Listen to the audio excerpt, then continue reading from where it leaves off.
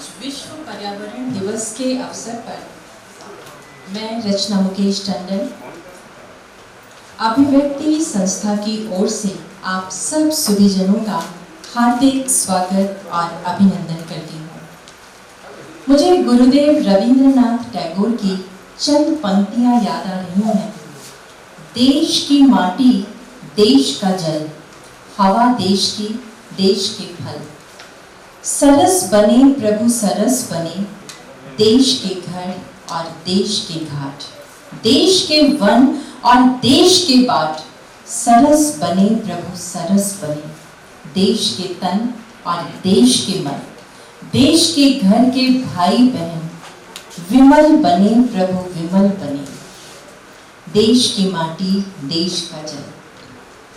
आइए कार्यक्रम का शुभारंभ करते हैं राष्ट्र गान से। मेरा आप सब लोगों से विनम्र निवेदन है कि कृपया अपने स्थान पर खड़े होकर राष्ट्र गान गाएं।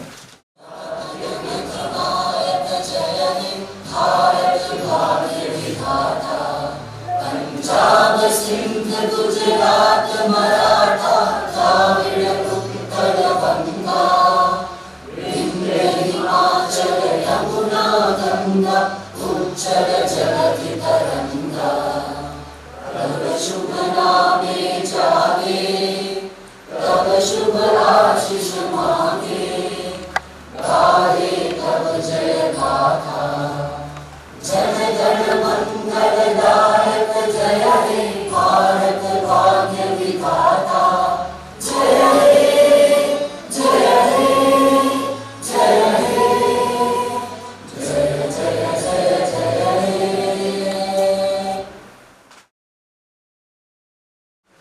आज हमें नदियों से पानी नहीं रेत चाहिए, पहाड़ों से औषधि नहीं पत्थर चाहिए, पेड़ से छाया नहीं लकड़ी चाहिए, खेत से अन्न नहीं नगद फसल चाहिए। इसका परिणाम आज हमारे सामने है। आज हम सूखे कुओं व सूखी नदियों की ओर देखते हैं पानी के लिए, ढूंढते हैं पेड़ों को छाया के लिए, ऑक्सीजन के लिए। चलिए अब मैं अपनी संस्था अभिव्यक्ति के बारे में आप लोगों को बताती हूँ। अभिव्यक्ति एक सांस्कृतिक एवं सामाजिक कार्यों को समर्पित संस्था है। इसका उद्देश्य देश की समस्याओं जैसे पर्यावरण, पानी, प्रदूषण आदि पर जनमानस का ध्यान आकर्षित करके इनमें सुधार के लिए जन शिक्षा एवं जागृति के कार्यक्रम आयोजित करना है।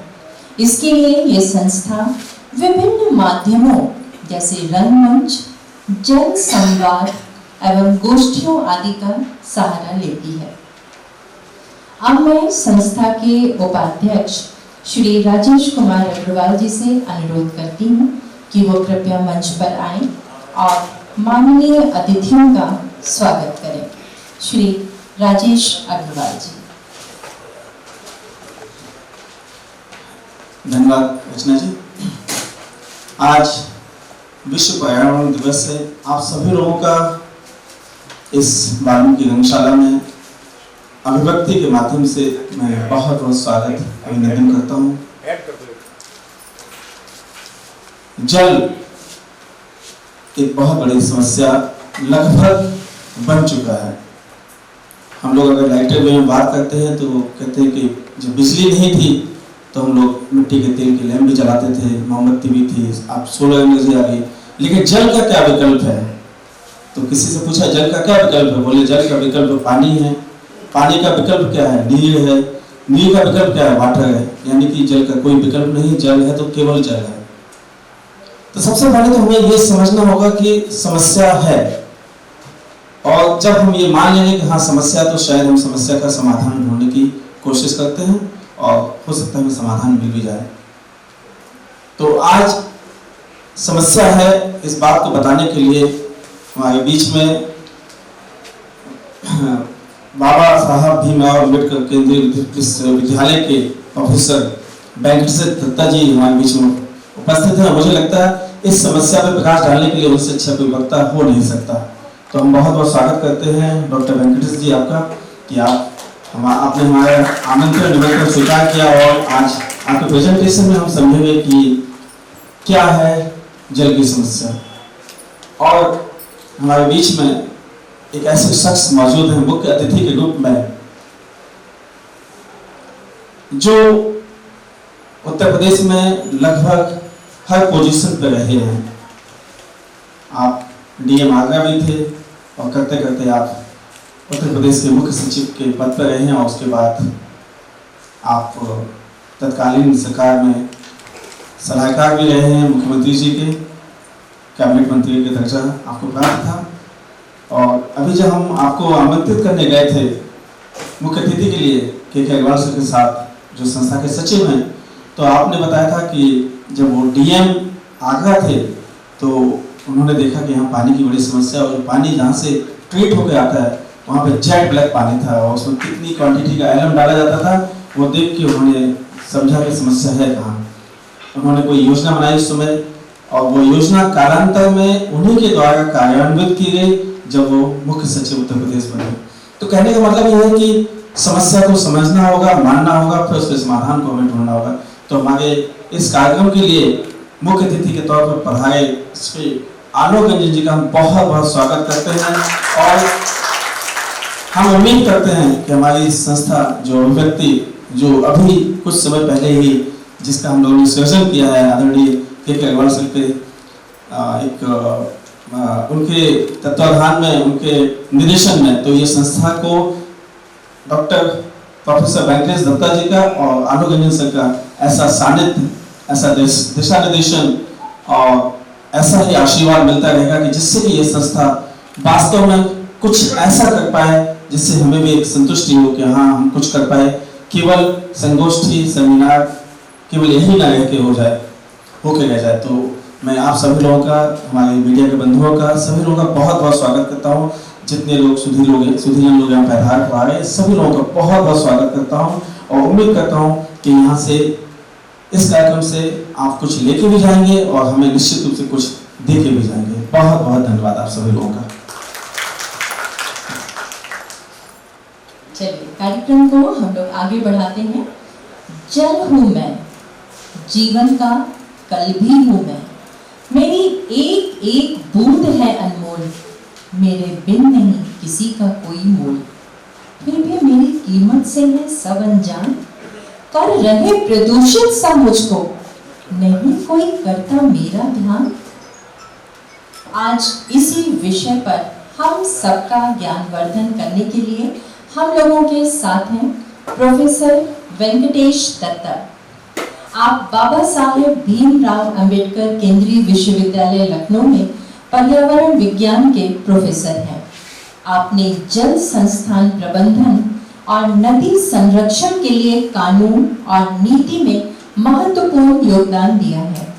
आप अमेरिका के फुल ब्राइट स्कॉलर और इंग्लैंड के ब्रिटिश ट्रैवलिंग फेलो रहे हैं। आपने अमेरिका के मेरीलैंड विश्वविद्यालय से पोस्ट डॉक्टरेट किया है। इस समय आप उत्तर प्रदेश की छोटी एवं गंगा की सहायक नदियों के पुनरुद्धार हेतु बनाई गई समिति के सदस्य और तकनीकी सलाहकार हैं। गोमती, घाघरा और ताप्ती बेसिन की 17 नदियों और छोटी धाराओं के पुनरुद्धार पर काम कर रहे हैं। आज आप हम लोगों को बताएंगे कि जल की बर्बादी को रोककर कैसे हम लोग भूमि में जल का स्तर बढ़ाने में अपना योगदान दे सकते हैं। मैं प्रोफेसर दत्ता से अनुरोध करती हूँ कि वो हम लोगों का मार्गदर्शन करें। बहुत बहुत स्वागत है आपका। और आप लोग प्रोफेसर दत्ता के प्रेजेंटेशन के बाद अगर कोई प्रश्न पूछना चाहते हैं तो आप लोग बिल्कुल पूछ सकते हैं। प्रोफेसर दत्ता, प्लीज जोरदार तालियों से स्वागत कीजिए। सबसे पहले मैं सभी को नमस्कार करना चाहूँगा। बहुत अच्छा लग रहा है यहाँ पे आके एक एकेडमिशियन को नाटक एकेडमी में आके लेक्चर देना और लोगों को बताना, क्योंकि एक पूरा हेलो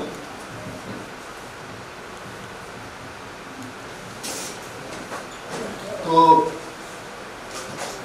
जब हम क्लासरूम में होते हैं तो पूरा सेटिंग अलग होता है, और जब हम थिएटर में होते हैं तो सेटिंग होता है, पर पूरी जिंदगी ही एक नाटक है और हम सब रंगमंच के कठपुतली हैं, सबको पता है।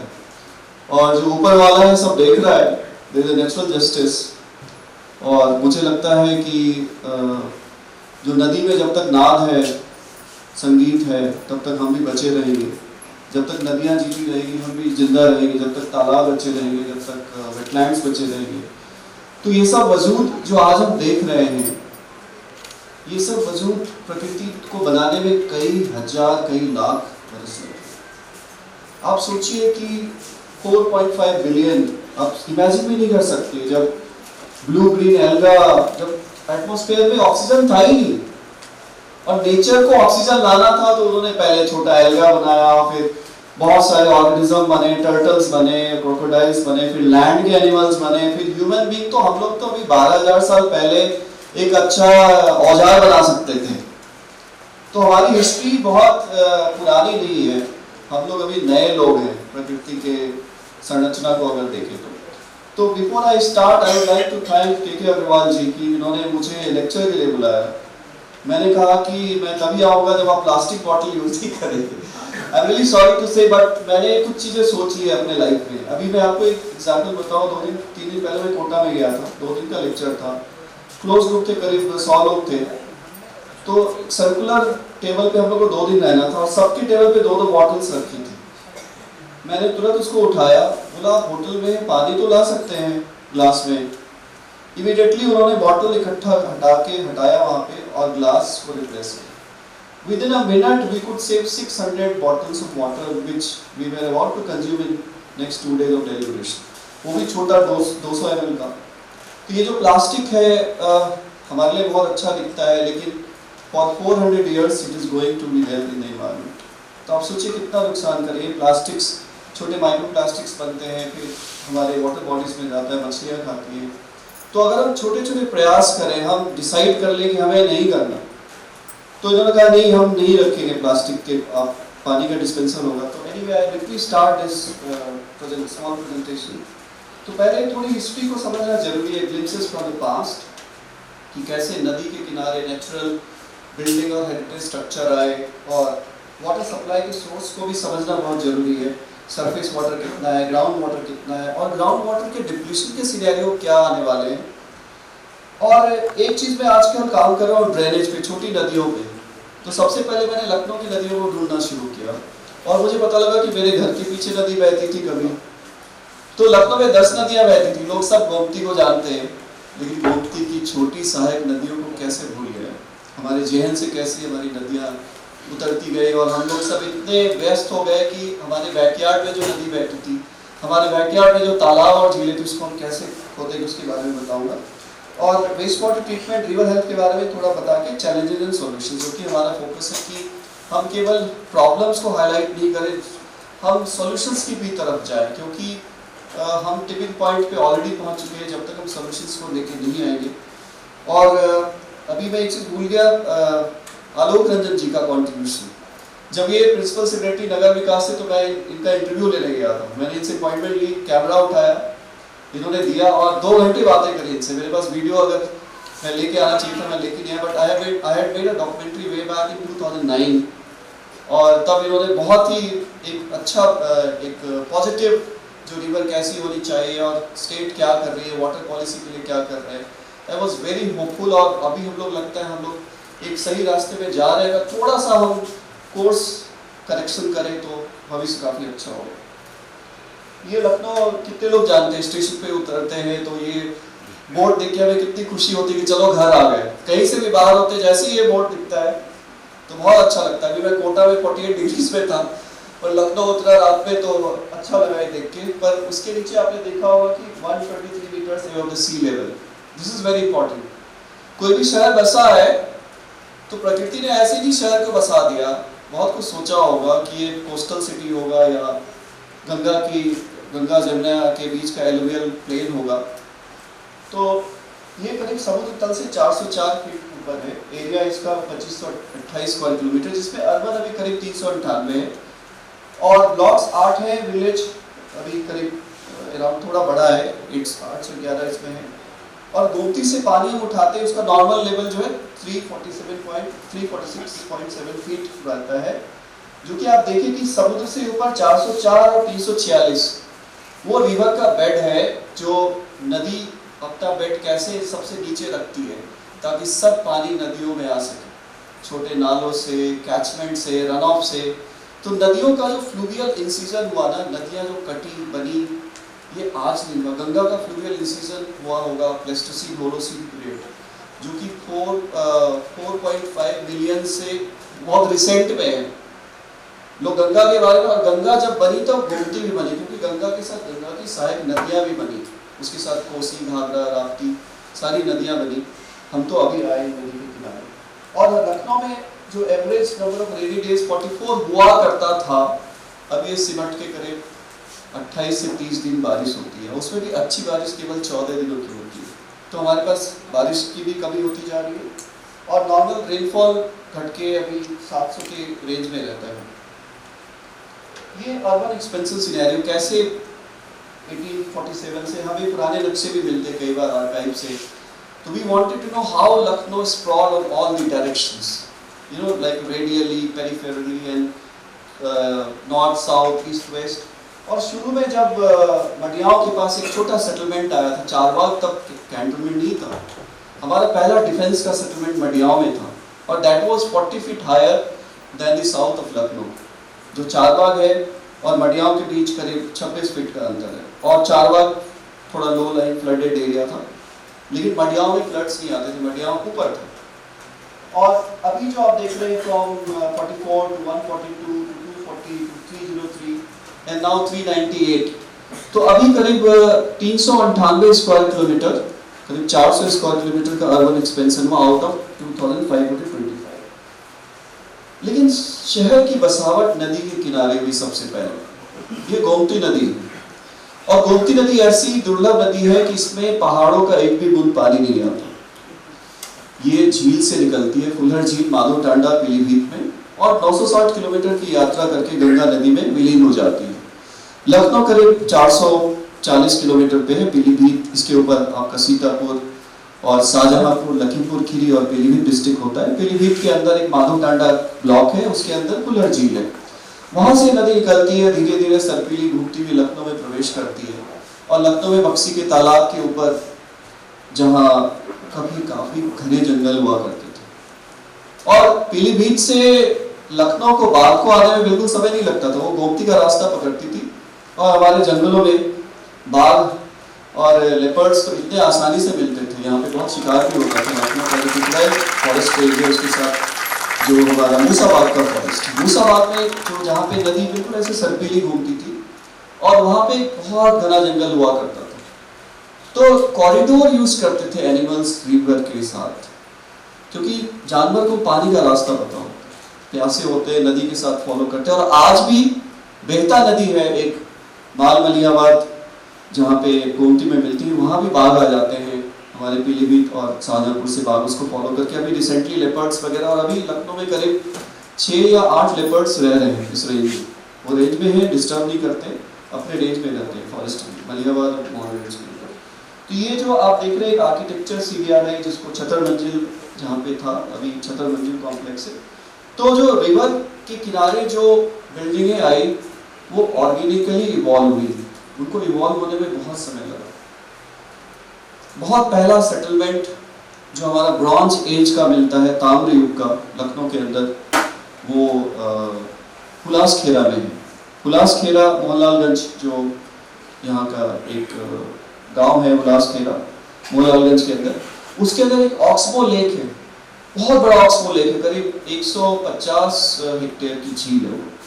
और उस ऑक्सबो लेक के बीच में एक सेटलमेंट था जो ब्रॉन्ज एज का था। आज भी उसको आर्कियोलॉजी ने घेर के बनाया, और वहाँ पे हमें ब्रॉन्ज एज के सिविलाइजेशंस के, तो नदी के किनारे ही सभ्यता का विकास हुआ। गोमती ने बहुत सारी सभ्यताएं देखी, बहुत सारे फॉल्स देखे, बहुत सारे rise of nawabs and Mughals and Delhi sultanate. So there were many civilizations and settlements starting from lord Rama.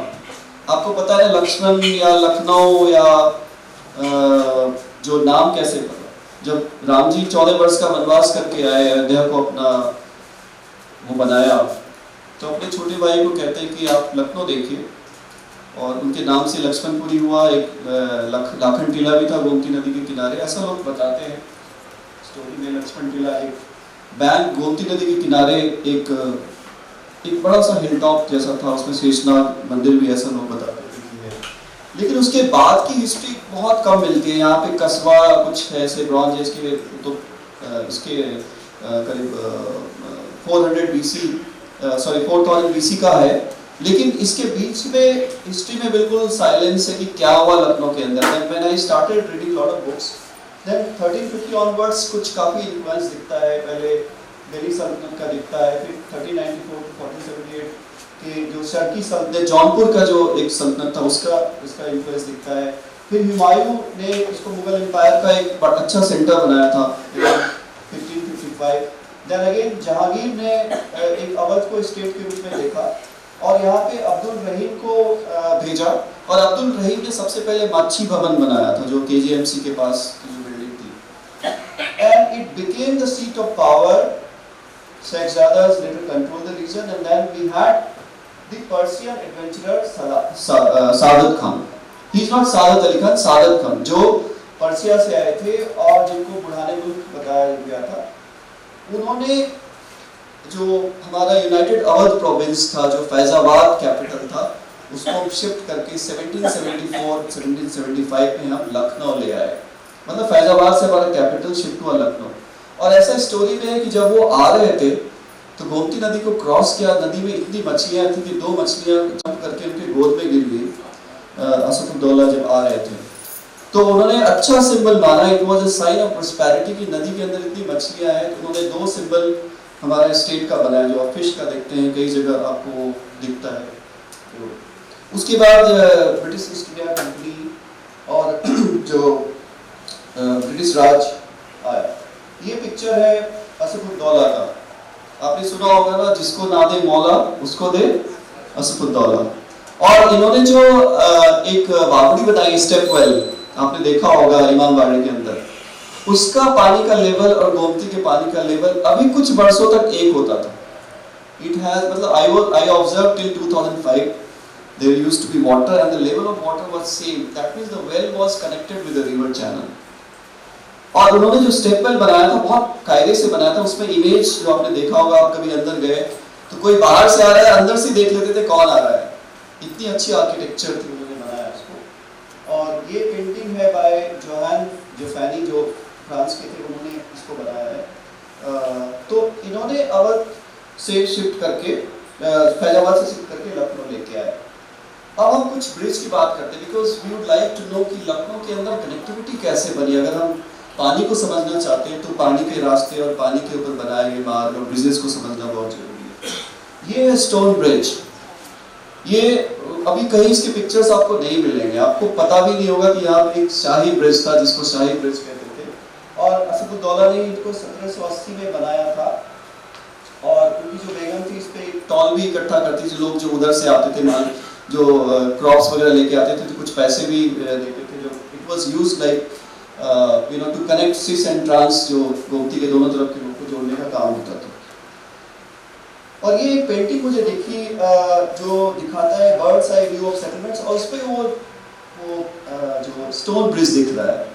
You see the beauty of the stone bridge on the Gomti river, and on this side you see all the structure that came up on the bank of the Gomti river, जिसमें आज भी कुछ दिखते हैं, कुछ तो चले गए, कुछ स्ट्रक्चर अभी नहीं है। लेकिन ये अराउंड 1785 का है।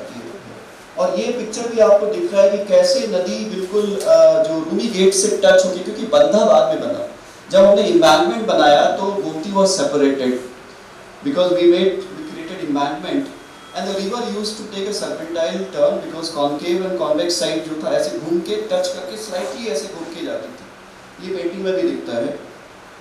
और ये देखिए यहाँ भी आपको दिख रहा है। These are collected from archives। तो उसके बाद क्या हुआ कि ब्रिटिश ईस्ट इंडिया कंपनी जब आई तो उन्होंने जो लोकल रूल्स थे उसको एबोलिश करके अपना एक command and control regime start किया और ब्रिटिश राज एस्टैब्लिश किया। और 1857 में जब उन्होंने अवध को अपने कब्जे में लिया तो बताया कि ये स्टोन ब्रिज तो बहुत बेकार है, ये टूट सकता है। तो उसको करीब 1857 जब कुछ ऐसा रेफरेंस मिलता है कि जब हम कटौता झील में, जो आप देखते हैं गोमती नगर में, आज़ादी की लड़ाई पहले वहाँ शुरू हुई थी। वहाँ before they started this great revolt, वहाँ पे बहुत सारे इकट्ठे हुए थे लोग और 4 दिनों की प्लानिंग करी थी और इसी ब्रिज से क्रॉस करके ब्रिटिश आर्मी गई थी कटौता झील को अटैक करने, जस्ट उसके 10 दिन पहले। लेकिन उसके बाद उन्होंने क्या किया कि ब्रिज को उड़ा दिया, बोला ये ब्रिज सही नहीं है, इसके जगह हम एक मजबूत ब्रिज बनाएंगे। और ये 1911 में ये इसको तोड़ा गया और उसकी जगह क्या है, पक्का पुल या हार्डिंग ब्रिज। आपने सबने देखा होगा पक्का पुल, और इसको बनाया लॉर्ड हार्डिंग जो उस वक्त के वाइसराय थे, उनकी पत्नी है विनीफ्रेड। और जब ये वाइसराय थे 1910 और 1916 के बीच, तो उन्होंने 10 जनवरी 1914 को इसका फाउंडेशन स्टोन डाला और उसी वक्त केजीएमसी का भी फाउंडेशन स्टोन इन्होंने डाला था। मतलब दोनों की, पक्का पुल की और किंग जॉर्ज मेडिकल कॉलेज, दोनों का फाउंडेशन एक है। और ये ब्रिज 100 साल से भी पुराना है। आप देखिए कि 2014 में 100 साल हो चुका है स्टोन ब्रिज का, ये हार्डिंग ब्रिज का, जिसको पक्का पुल कहते हैं। ये इसका पिक्चर है और ये पिक्चर 1914 का जब ये कंस्ट्रक्शन हो रहा था, आप देखिए किस तरह के आर्ट बने हुए इसके ऊपर, beautiful structure on Gomti river. So this stone bridge was replaced by a Harding bridge और पक्का पुल। और उसके साथ ही एक वहाँ पे साइन बोर्ड भी दिखेगा, आप ध्यान से देखेंगे, घुसते ही आपको दिखेगा, this bridge was opened by his excellency lord Hardinge of Penshurst, viceroy and governor general of India on 10 January 1914। लेकिन उसके साथ ही एक और साइन बोर्ड लगा है, this bridge was constructed by the public works department in place of the नवाबी bridge which was situated about 50 yards downstream and was built about AD 1780 by Asif-ud-Daula, नवाब वजीर of Awadh. तो ये बिल्कुल, कुछ लोग इसमें कहते थे कि उन्होंने नहीं बनाया, पहले से एक बना था या उन्होंने कोई कंट्रीब्यूट नहीं किया। तो जस्ट आई वांटेड टू से कि जब उन्होंने फाउंडेशन स्टोन डाला था तो जो पुरानी जगह का भी लिखा कि यहाँ पे पहले स्टोन ब्रिज हुआ करता था और इसको आसिफ-उद-दौला ने बनाया। Now let us talk about the flood, क्योंकि गोमती में बहुत सारे फ्लड्स आ रहे हैं। आप लोगों को कितने का 1960 का फ्लड याद है? Can you raise your hands? 1 2 3 4 5 6 1960 का फ्लड 7 लोग हैं, 8 लोग जिनको फ्लड के बारे में अभी भी मेमोरी है, कितने बोट्स चलते थे और क्या स्थिति थी। मैं कुछ पिक्चर दिखाना चाहूँगा। वो जो आपका जो फ्लड का रिकॉर्ड है गोमती का, इफ यू सी 1960 जो दूसरे नंबर पे है, फ्लो डिस्चार्ज कितना था, 1,25,000 क्यूसेक, 1,25,000 क्यूसेक, जो कि इससे भी ज़्यादा 1800 कुछ में हुआ था, मुझे एग्जैक्ट याद नहीं क्योंकि मैंने 100 ईयर्स का लिया है अभी। तो उस पे 1,25,000 क्यूसेक पानी सडनली हमारे नदियों में आ गए, हमारी नदी में आ गए, गोमती नदी में। और ऊपर से पीलीभीत, शाहजहांपुर, सारे ऊपर का जो हमारा जो तराई से आके पीलीभीत में वहाँ से पानी धीरे धीरे इकट्ठा होते ये पहुंचा गोमती। ये पिक्चर है हमारा जो पक्का पुल है। अब देखिए पानी का लेवल कहाँ था। You see, this is called the high flood level, HFL.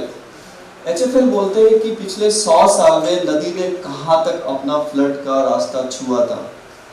That is called the high flood level, अधिकतम बाढ़ बिंदु, and that is the point जहाँ तक आपको डेवलपमेंट नहीं करना चाहिए, वो नदी की जमीन होती है, क्योंकि नदियाँ अपना रास्ता रिक्लेम करती है। उसकी मेमोरी आपके लिए फ्लूवियल मेमोरी कुछ नहीं है, लेकिन नदी की फ्लूवियल मेमोरी होती है, वो रास्ता क्लेम करती। हो सकता है हमें लगता हो कि 1960 वाले फ्लड नहीं आ गए, पर मुझे लगता आ सकते हैं क्योंकि क्लाइमेट चेंज हो रहा है। आपको पता है IPCC ने कहा है कि हमारे रेनफॉल 30% इंक्रीज करने वाले हैं, और short duration high intensity rainfall, मतलब जो 44 दिन का रेन इक्वली स्प्रेड था, अब वो सिमट के 25-30 दिन में हो रहा है। वो भी high intensity rain, sudden rainfall, huge discharge and there is a flood, urban flooding की बात हो रही है।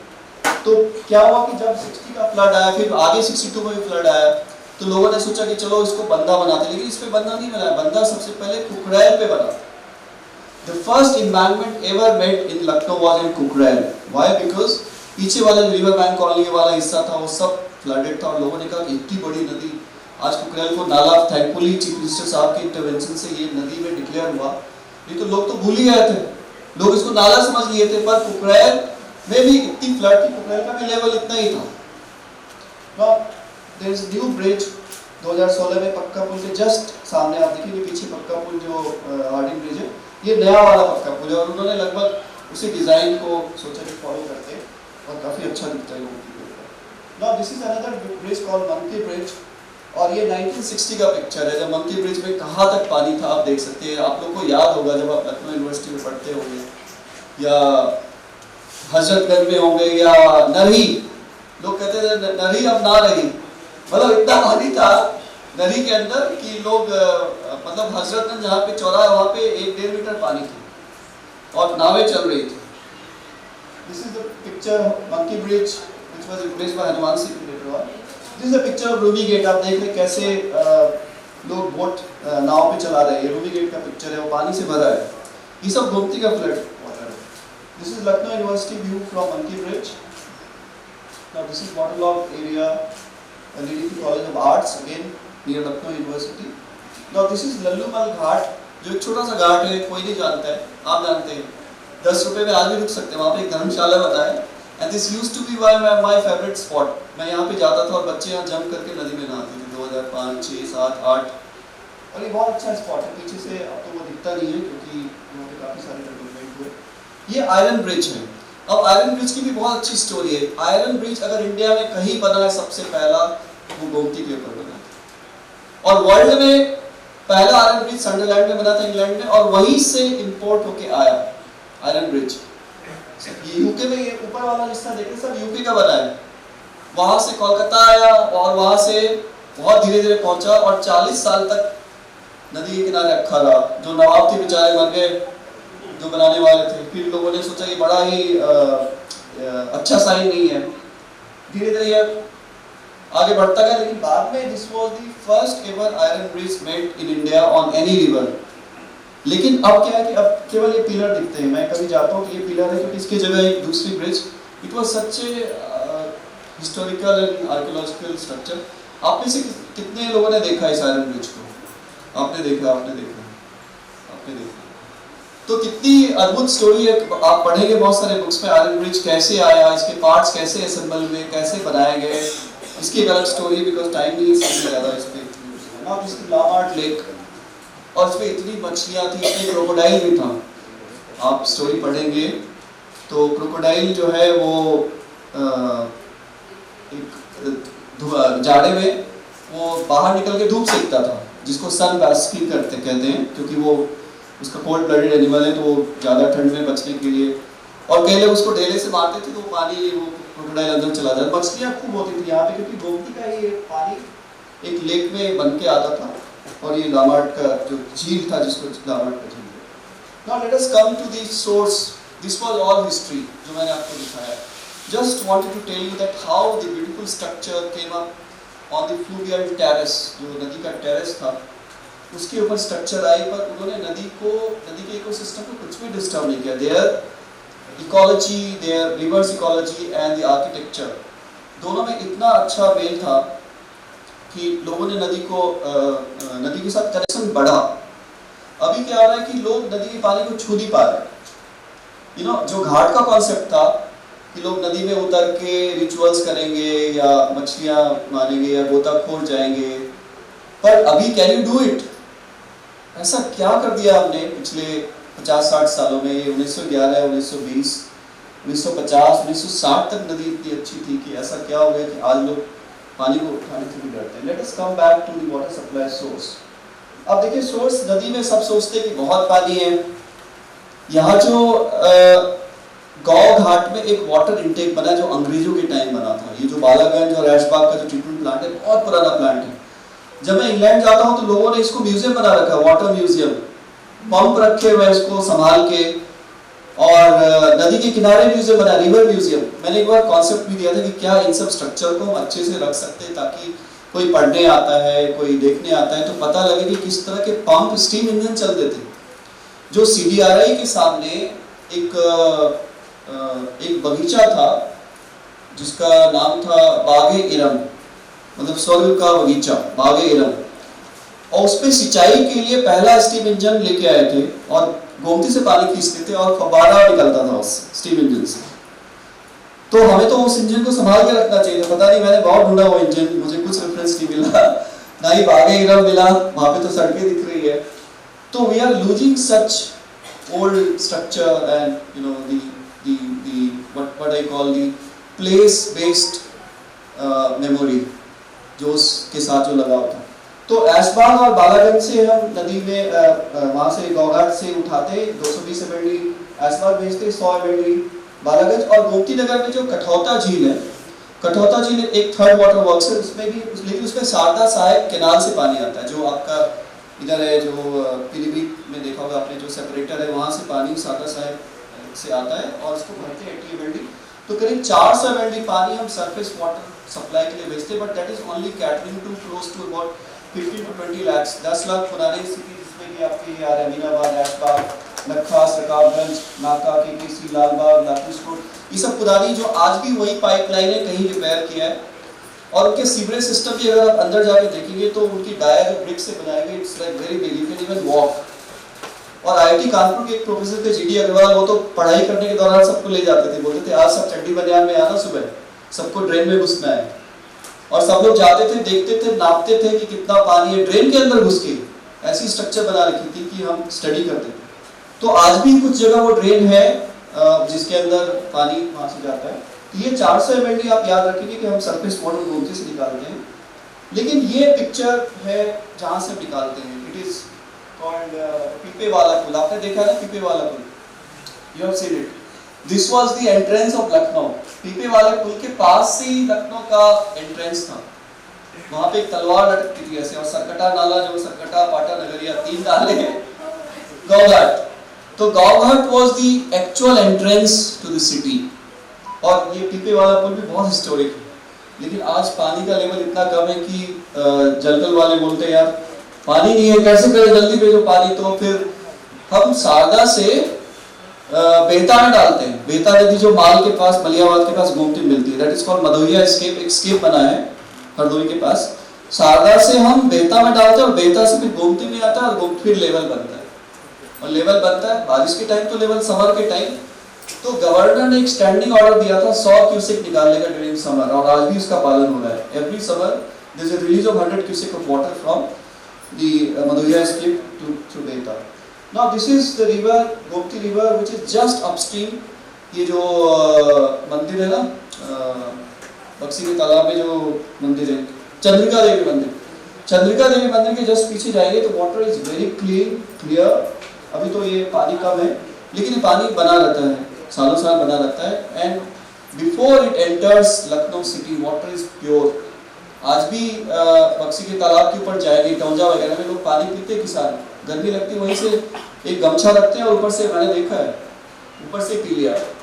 तो water is quite good and when you hold the water you know the value. जब आपकी हाथ की रेखाएं दिखती है पानी के अंदर, स्मेल नहीं आता सीवेज का, और आपको मन करता है कि आचमन कर सके, इसको पी सके, तो you will feel that connection immediately here at this place. Now coming back to ground water, ये चीज समझना बहुत जरूरी है कि ग्राउंड वाटर में जो जल संस्थान के ट्यूबवेल्स हैं, जो ऊपर के 3 दिख रहे हैं, उसमें शैलो ट्यूबवेल्स हैं, डीप ट्यूबवेल्स हैं और कुछ हैंडपंप्स भी बने हैं, उससे करीब 404 मिलियन लीटर्स पर डे निकालते हैं।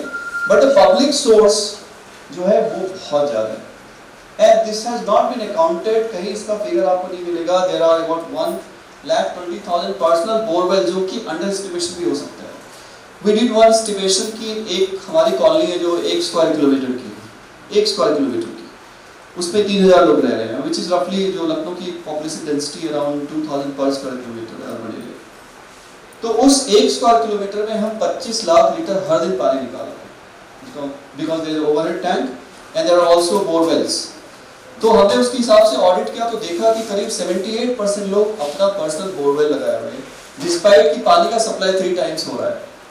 दैट मींस सुपर वाटर है हमारे पास, जब मर्जी तब सबमर्सिबल चलाया, टंकी भर गई और पानी is available, water is available round the clock.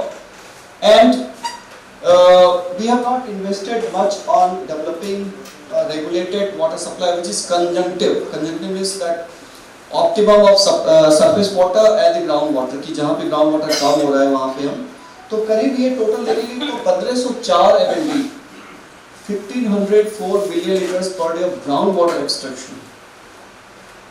और अभी नासा ने एक रिसर्च किया था कि द बिगेस्ट मास लॉस, आपने पढ़ा होगा नेचर में पेपर छपा था, the biggest mass loss on earth is happening in northern India in the Gangetic Plain because there is a huge mass which is lost, and that is water, because we are extracting, and that annual volume of extraction within North India itself was 26 times water stored in Bhakra Dam.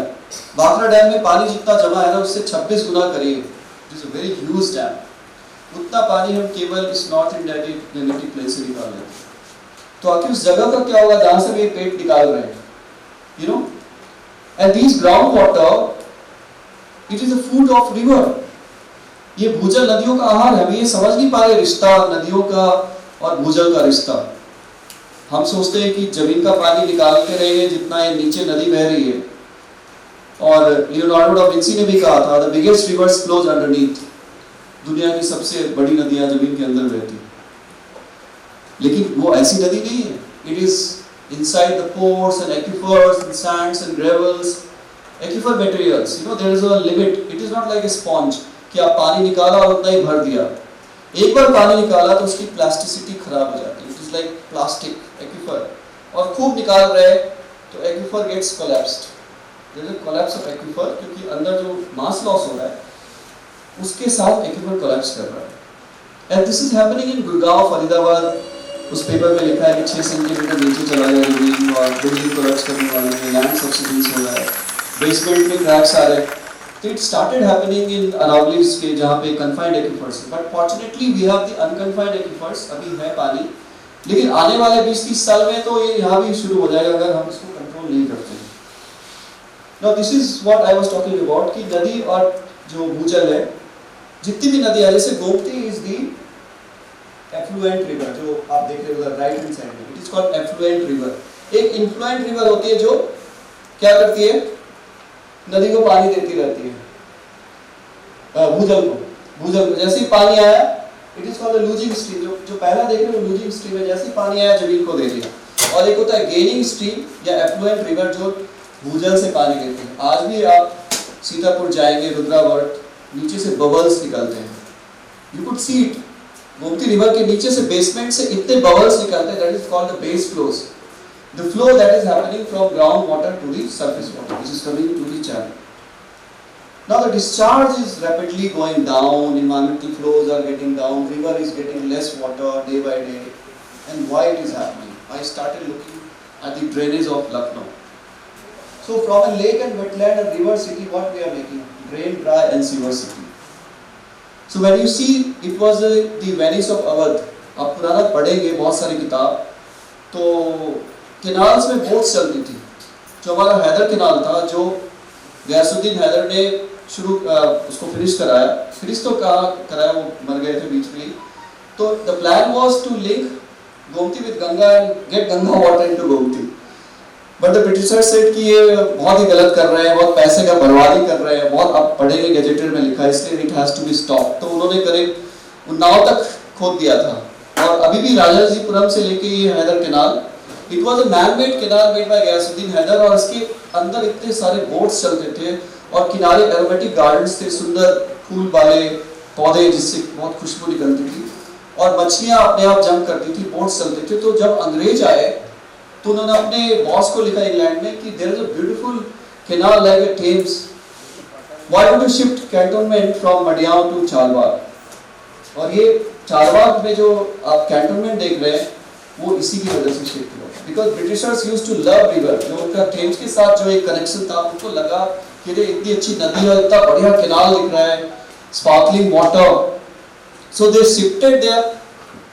Base cantonment from Madiaon to Charbagh, और इसकी वजह से हुआ। लेकिन when you make the drainage plan, जब आप बनाएंगे तो देखिए कि पूरे लखनऊ में बहुत ज़्यादा ड्रेन्स, बहुत ज़्यादा वाटर बॉडीज। और जब हम पुराने सैटेलाइट पिक्चर्स लेते हैं फ्रॉम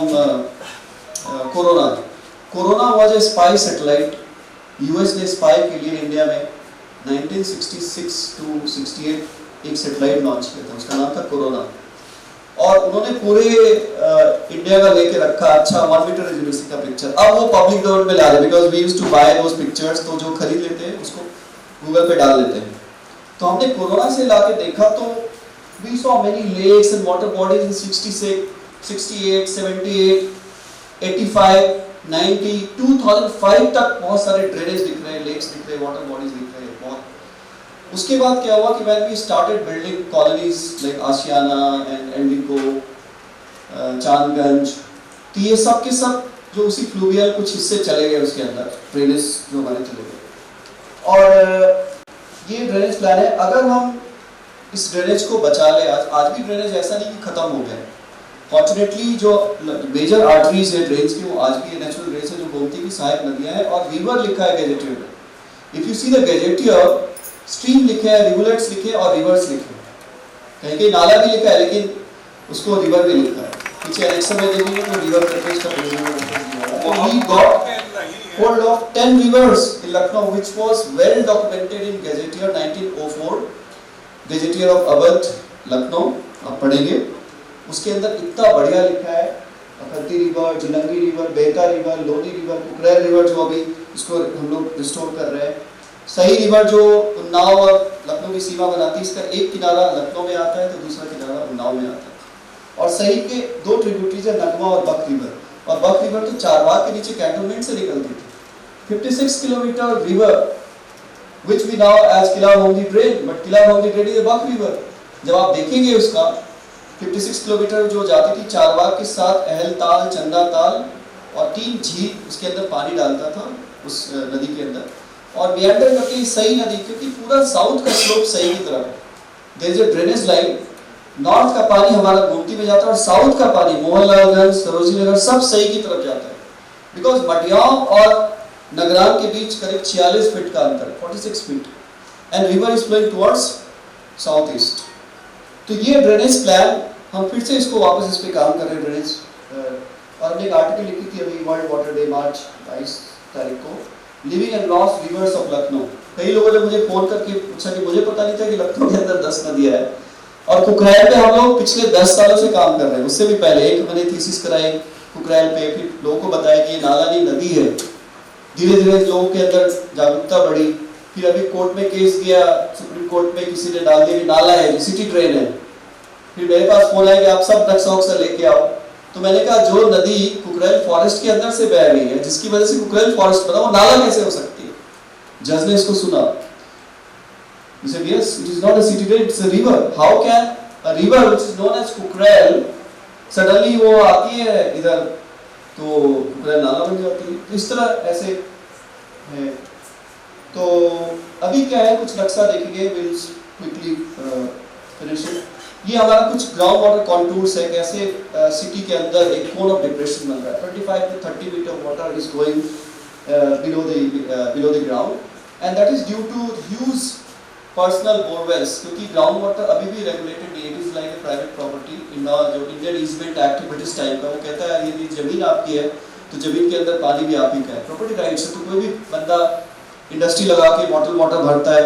बट 2019 में हमने कानून बनाया ग्राउंड वाटर एक्ट, जिसके अंदर हमने सस्टेनेबल एक्सट्रैक्शन एनओसी आपको बल्क यूजर को देना शुरू किया, जो इंडस्ट्री और अर्बन यूजर से bulk user, but not the agriculture. Agriculture sector is totally out from this law and even residential sector is out from this entire boundary.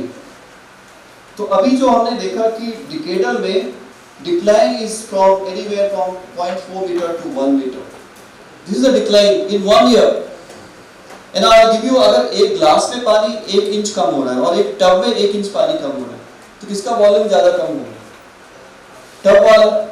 तो हम मीटर में बताते हैं, वॉल्यूम में बताते नहीं कितना kilometre cube of water, cube, because 1 metre decline multiplied by 2525 square kilometre, that is the volumetric loss which is happening from, it is in volume kilometre cube. That is why we call it biggest mass loss in earth is happening due to extraction. और ये एक 3D map है aquifer का। आप देखेंगे कि लखनऊ का जो एक्विफर है वो 5 पैकेट्स में है। अभी पहला फ्रिएटिक एक्विफर से, जो पहला ऊपर का जो फ्रेश वाटर एक्विफर जो करीब 150 मीटर तक है, फिर उसके बाद उसके बीच एक सिल्ट का पैच आता है, फिर दूसरा एक्वीफर है जो 160 से 240 है, लेकिन ये थोड़ा सेलाइन है। अगर हम नीचे जाएंगे तो फिर खारा पानी शुरू हो जाएगा, जैसे आगरा में जाए, चेन्नई में जाए तो दूसरे दिन मन करता है वापस लखनऊ चले आए, कुल्ला भी करो तो नमकीन पानी, वो दिन लखनऊ में भी शुरू हो जाएगा, क्योंकि जैसे ही हम दूसरे लेवल पे जाएंगे there will be mixing of saline water. But तीसरा और चौथा थोड़ा फ्रेश है, लेकिन डीपर एक्वीफर में जाएंगे तो रिचार्ज कैसे होगा अगर सब लोग डीपर एक्वीफर से पानी निकाल लेंगे, because phreatic aquifer is a dynamic aquifer.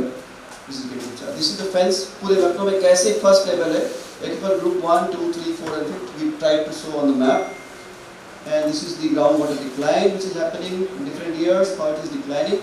2011 में चिन्हट क्रिटिकल हो गया था, मतलब बहुत पानी की, लेकिन फॉर्चुनेटली जब हमने इसको मैप आके देखा तो इट बिकेम सेफ। 2017 में सेफ हो गया, चिन्हट वाज मे बी रिचार्ज ज़्यादा हुआ या बारिश ज़्यादा हुई, it came into safe category. ये कितना हम ब्लॉक वाइज कैसे निकाल रहे हैं और कितना, जो लास्ट कॉलम देखेंगे level of ground water extraction 68-69%, और लखनऊ शहर देखिए लास्ट में कितना है 177। That means we are going to become bankrupt. It is like a bank account कि जितना नेचर डाल रहा है उससे आप ज्यादा निकालो। It should be always below 100 कि मतलब 100 यूनिट नेचर डाल रहा है और 69 यूनिट हम निकाल रहे हैं। It is like a ground stage of ground water development, but inside the city groundwater troughs and groundwater collapse is going to happen few years from now, maybe in 15-20 years, जब ये पूरा shallow aquifer खत्म हो जाएगा। Tube wells तो दिखाई दिया है एक्वीफर्स के अलग-अलग सालों में कैसे हो रहे हैं। अब एग्रीकल्चर देखिए कि अभी भी राइस, व्हीट, बार्ली, वेट, सुगरकेन हो रहा है, क्योंकि 52% एरिया लखनऊ का एग्रीकल्चर होता है, नेट सोन एरिया 52%, और उसमें ग्राउंड वाटर सबसे ज़्यादा यूज होता है। When I show you this picture, आप देखिए कि केनाल से और ट्यूबवेल से, लास्ट का कॉलम देखिए, जो प्राइवेट ट्यूबवेल्स और स्टेट ट्यूबवेल्स कितना हो रहा है इन हेक्टेयर, 97,320 हेक्टेयर जो प्राइवेट ट्यूबवेल से हो रहे हैं, जबकि केनाल से कितना हो रहा है 19,629। मतलब हमारे पास यूपी में 74,000 किलोमीटर का केनाल नेटवर्क है। पूरी दुनिया में इतना बड़ा केनाल नेटवर्क नहीं है जितना यूपी में है। अगर यूपी को गिनीज बुक में नाम निकाला है केनाल के लिए, तो nowhere we have made such a elaborate arrangement of canals। सब जगह आपको पेरिफेरल्स, डिस्ट्रीब्यूटरीज, माइनर्स दिखेंगे खेतों तक, लेकिन किसान के खेतों तक पानी नहीं जा रहा, टेल एंड में पानी नहीं जा रहा, तो सब लोग क्या करते हैं, बोरवेल करते हैं। इलेक्ट्रिसिटी सब्सिडाइज्ड है और हम इसको फिर निकालते हैं। तो I will not go into detail, but what I am writing here कि canal network in Chinhat covers only 3 square kilometre, और जबकि ग्राउंड वाटर कंट्रीब्यूशन कितना 94%। तो जहां कैनाल नेटवर्क कम हुआ, जहां इनएफिशिएंट हुआ, लोग जमीन से पानी निकालेंगे। Now this is the picture, private tubewell, irrigation by source, canal से 16 हो रहा है प्राइवेट। जब मैं ये ग्राफ इरिगेशन डिपार्टमेंट को दिखाता हूं, दे डोंट ट्रस्ट, बोलते नहीं डेटा गलत है, कैसे हो सकता है ग्राउंड वाटर से, but this is the fact. We did survey, we did extensive survey, कितने लगा रहे हैं, ऑडिट किया, तो लगभग 80 से 85% पानी आज भी खेती के लिए हम ग्राउंड वाटर से निकाल रहे हैं।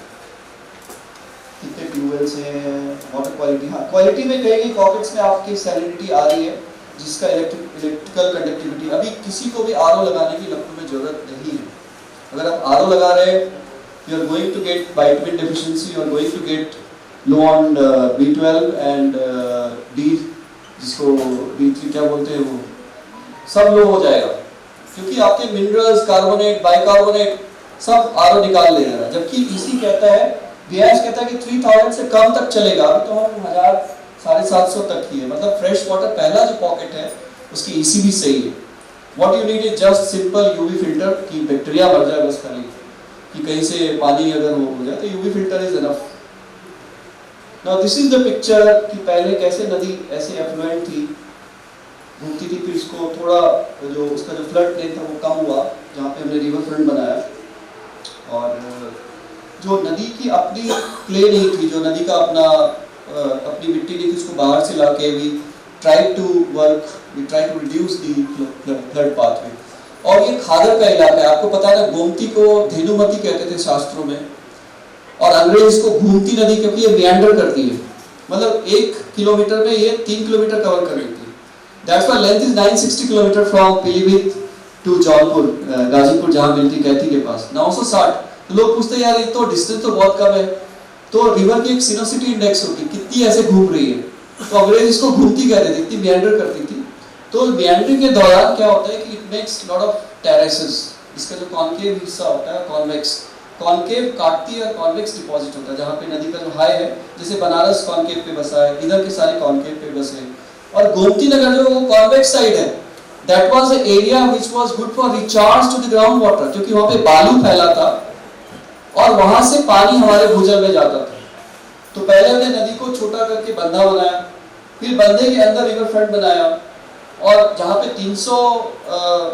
320 मीटर था, कहीं पे 280 था, अभी करके 100 से 110 metre. That means the area which was reserved for nature, the area which was reserved for recharge, that got lost, and this is going to severely affect your groundwater, because this river gets groundwater and also gives back to the groundwater. ये दोनों कभी अपलेट हो जाती है, कभी inflate हो जाती है। These are the pictures. ये पिक्चर वही जहाँ पे रिवर फ्रंट है, जहाँ पे हम लोग सेल्फी लेते हैं। These are just upstream जो पुरिया घाट है, और ये उक्रेन पंपिंग स्टेशन है जहाँ से हम सीवेज को पंप करके भरवारा भेजते हैं। और अभी भरवारा में टोटल मतलब ट्रीटमेंट कैपेसिटी अराउंड 425 ही है, जो कि लगभग आधी ही है। आधी पानी अभी भी गोमती में हम डाल रहे हैं, because there is no treatment capacity. ये भरवारा एशिया का सबसे बड़ा सीवेज ट्रीटमेंट प्लांट है, अभी तक था, अभी एक और इससे बड़ा बन गया है, ये सेकेंड लार्जेस्ट है, 2019 में इससे बड़ा है, कहीं बड़ा है। तो यहाँ पे पानी लाके हम ट्रीट करते हैं और इसको छोड़ते हैं नदी में। लेकिन ये सैटेलाइट पिक्चर है, आप देखेंगे यहाँ से नदी में छोड़ते हैं और करीब 1.5 किलोमीटर तक झाग ही झाग है, सैटेलाइट में भी दिख रहा है। That means we are not able to treat up to the standards.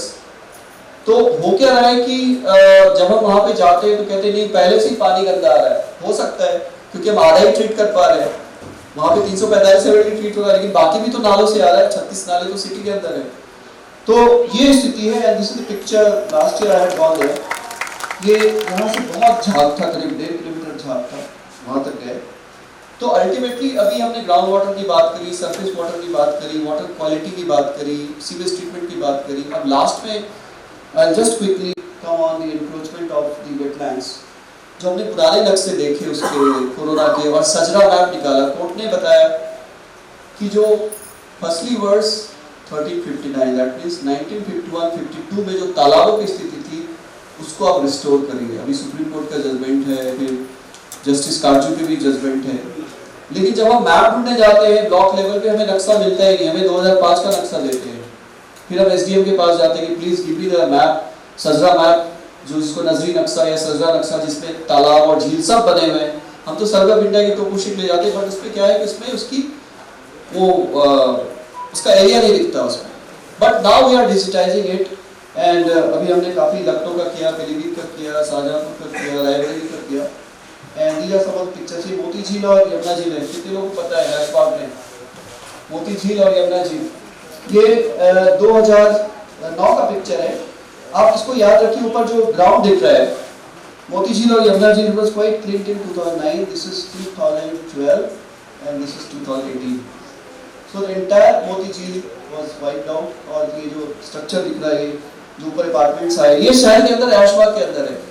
I am not going to cover the other lakes जो कि बहुत ज्यादा, आज भी लखनऊ में करीब 1340 झील हैं जो आज भी उनका वजूद कर रहा है। So this is we are doing some restoration in Jamna Jheel. तो I will come to कितने स्लाइड बचे, तो मैं ऐसे ही बता देता हूँ कि हम कैसे सॉल्यूशन कर सकते हैं। एक तो पहले सरफेस वाटर इरिगेशन बढ़ाना होगा जो हम ग्राउंड वाटर से कर रहे हैं। दूसरा जो पाइप प्रेशराइज्ड इरिगेशन जो फ्लड कर देते हैं, किसान उसको भर देते हैं खेत में और उनको पता नहीं कि 3 इंच पानी से काम चल जाएगा, तो 2 फुट पानी डाल देते हो, बह के फिर इवेपोरेट हो जाता है। तो we have to change this practice. Even diversification of crops, आजकल मिलेट्स लोग उगा रहे हैं, इवन फ्लैक्स सीड्स जो कम पानी ले, एक सिंचाई में काम चल जाता है, 2 सिंचाई में। हमें जरूरत नहीं कि हम धान और गेहूं ही उपजाते हैं, मिलेट्स, आजकल मिलेट्स चल रहा है, टेल चल रहा है, टेलन दलहन, pulses. Bundelkhand was bowl of pulses, वहां पल्सेस इतना होता था, कम पानी में होता। देन लैंड लेवलिंग अगर करेंगे, कंट्रोल बर्डिंग करेंगे, वाटर हार्वेस्टिंग करेंगे, और bulk metering and putting a cap on extraction, this is very important, we put in the law हम लोगों ने मिलकर ग्राउंड वाटर एक्ट बनाया, स्टेट की वाटर पॉलिसी लिखी और हमने कोशिश किया कि एक एक्सट्रैक्शन लिमिट हो इस पे। लेकिन अभी चैलेंज आ रहा है मीटरिंग का कि किसान को कैसे पता है कि कितना पानी निकालना है।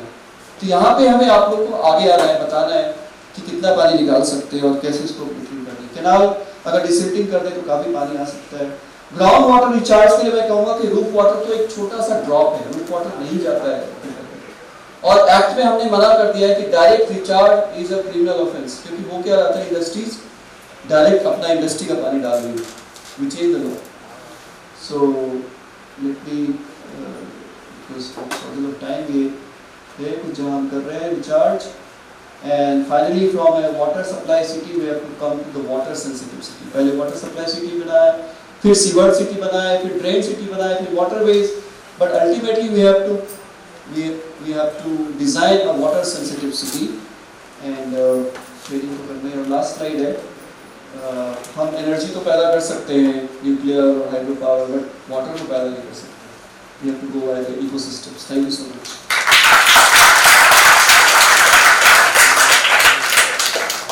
बहुत सारी नई बातें पता चली इसमें। अब कार्यक्रम को आगे बढ़ाते हैं।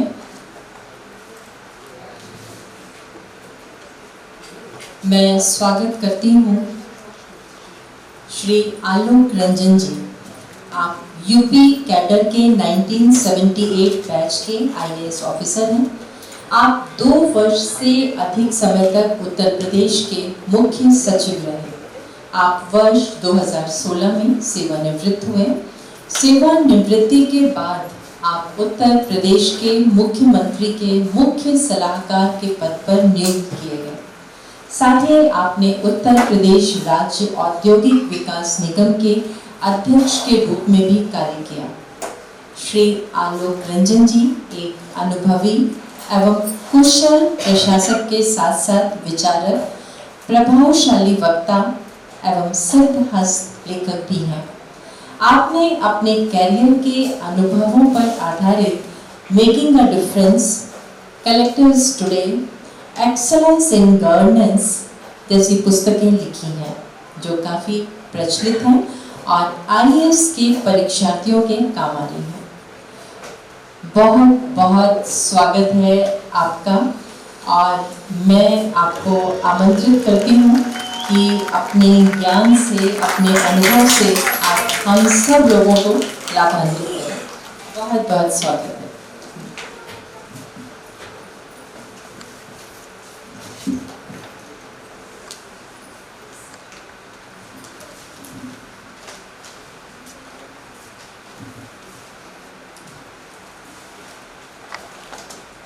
बहुत बहुत धन्यवाद। अभिव्यक्ति संस्था के सभी अध्यक्ष, उपाध्यक्ष और जितने भी पदाधिकारी और मेंबर्स हैं, मैंने आज ये इतना अच्छा कार्यक्रम विश्व पर्यावरण दिवस के मौके पर आयोजित किया है और प्रोफेसर वेंकटेश दत्ता जिनकी अभी हमने बहुत ही रोचक टॉक सुनी और इतने और भी लोग इस सभागार में उपस्थित हैं। सबसे पहले तो world environment day, let me compliment you और wish you all the very best. बहुत अभिनंदन आपको करना चाहूँगा वर्ल्ड एनवायरनमेंट डे के इस मौके पर, क्योंकि पर्यावरण के बारे में जैसे प्रोफेसर वेंकटेश दत्ता ने इंगित किया अपनी टॉक में, हम सबको जागरूक होना बहुत जरूरी है और अवेयरनेस इसके बारे में स्प्रेड करना बहुत जरूरी है। That is why this world environment day is celebrated all over the world today, that people should be aware of the issues related to environment, because environment is life. हम लोग का जीवन जो है, ह्यूमन सभ्यता जो है, ह्यूमन सिविलाइजेशन है, उसका future depends upon the extent to which we can guard and protect and energize and recharge our environment. आज आप climate change के बारे में सुनी रहे होंगे बातें and greenhouse gas emissions and the impact it is having। और अभी ये इस समय सबसे ज़्यादा हीट हुई है इस बार, आप देखो ना कितनी 48 डिग्रीज 47 डिग्रीज, और हीट मैनेजमेंट की बात हो रही है, अखबारों में आर्टिकल्स आ रहे हैं और ये हो रहा है, ये हीट इतनी हो क्यों रही है, तो बात आएगी it is because of climate change that is taking place. और अभी प्रोफेसर दत्ता ने बताया कि रेनफॉल भी बढ़ेगा और ऐसा नहीं बढ़ेगा, बट इन शॉर्ट स्पर्ट्स बिल्कुल हेवी रेनफॉल होगा, जिससे flooding of cities will take place, so many other complications will take place. So a lot is going to change because we are not being conscious of preserving and conserving our environment, जो कि बहुत ही I think the most important point that we must note today on this occasion of world environment day. आज तो देखिए बस environment topic तो आज वाटर है, but then even otherwise, air pollution, water pollution, noise pollution, all so many kinds of pollution are taking place which are impacting our health. Air pollution के बारे में just to I was studying somewhere कि Delhi और यहाँ जो इतना जो air quality index हमारा down होता है, especially in the winter months, और even लखनऊ में बहुत ज़्यादा खराब है air quality index. It says that 9 years of the life of a person जो है वो खत्म हो जाती है. 9 years. सोचिए, मतलब a person who could have lived to the age of 75 will live only to the age of 66 because of the impact of air pollution that is there, and we are not having any kind of action plan. अभी किसी ने बहुत अच्छा article मैंने पढ़ा समाचार पत्रों में लिखा था कि इलेक्शंस हुए, बहुत सारे मुद्दों की बात हुई, but no political party spoke about air pollution and how we can have an action plan to resolve air pollution, even though it is so much related to the health of the citizens of this country and this state. So I think it is very very important कि ऐसे कार्यक्रम आयोजित किए जाएं, और मैं अभिव्यक्ति संस्था को बधाई देना चाहूँगा कि उन्होंने ऐसा सोचा कि इस तरीके का एक वर्कशॉप रखी जाए, एक सेमिनार रखा जाए to focus the attention of everybody on this very very vital topic of preserving and conserving environment. अब आ जाता हूँ आज का विषय तो वाटर पे है, और प्रोफेसर वेंकटेश दत्ता ने बहुत ही आउटस्टैंडिंग टॉक अभी आपको दी, and he brought out what एक तो बहुत ही बड़ा इंटरेस्टिंग है, वही बड़ा हिस्ट्री ऑफ लखनऊ बहुत ब्यूटीफुली सामने लाए, and how Lucknow city evolved over time, because all of us love this city. Lucknow first पहली बात है, हम लोग जो लखनऊ में रह गए और समझते हैं कि लखनऊ तो बेहतर तो कोई शहर ही नहीं है, but we really love our city and therefore it's very interesting to hear him talk about it. और फिर उसके रिवर सोर्सेज सबके बारे में उन्होंने बहुत अच्छी तरीके से आपके सामने बात रखी है, possible solutions also he put forward about the water supply, ground water, surface water, सब बातें उन्होंने आपके सामने रखी.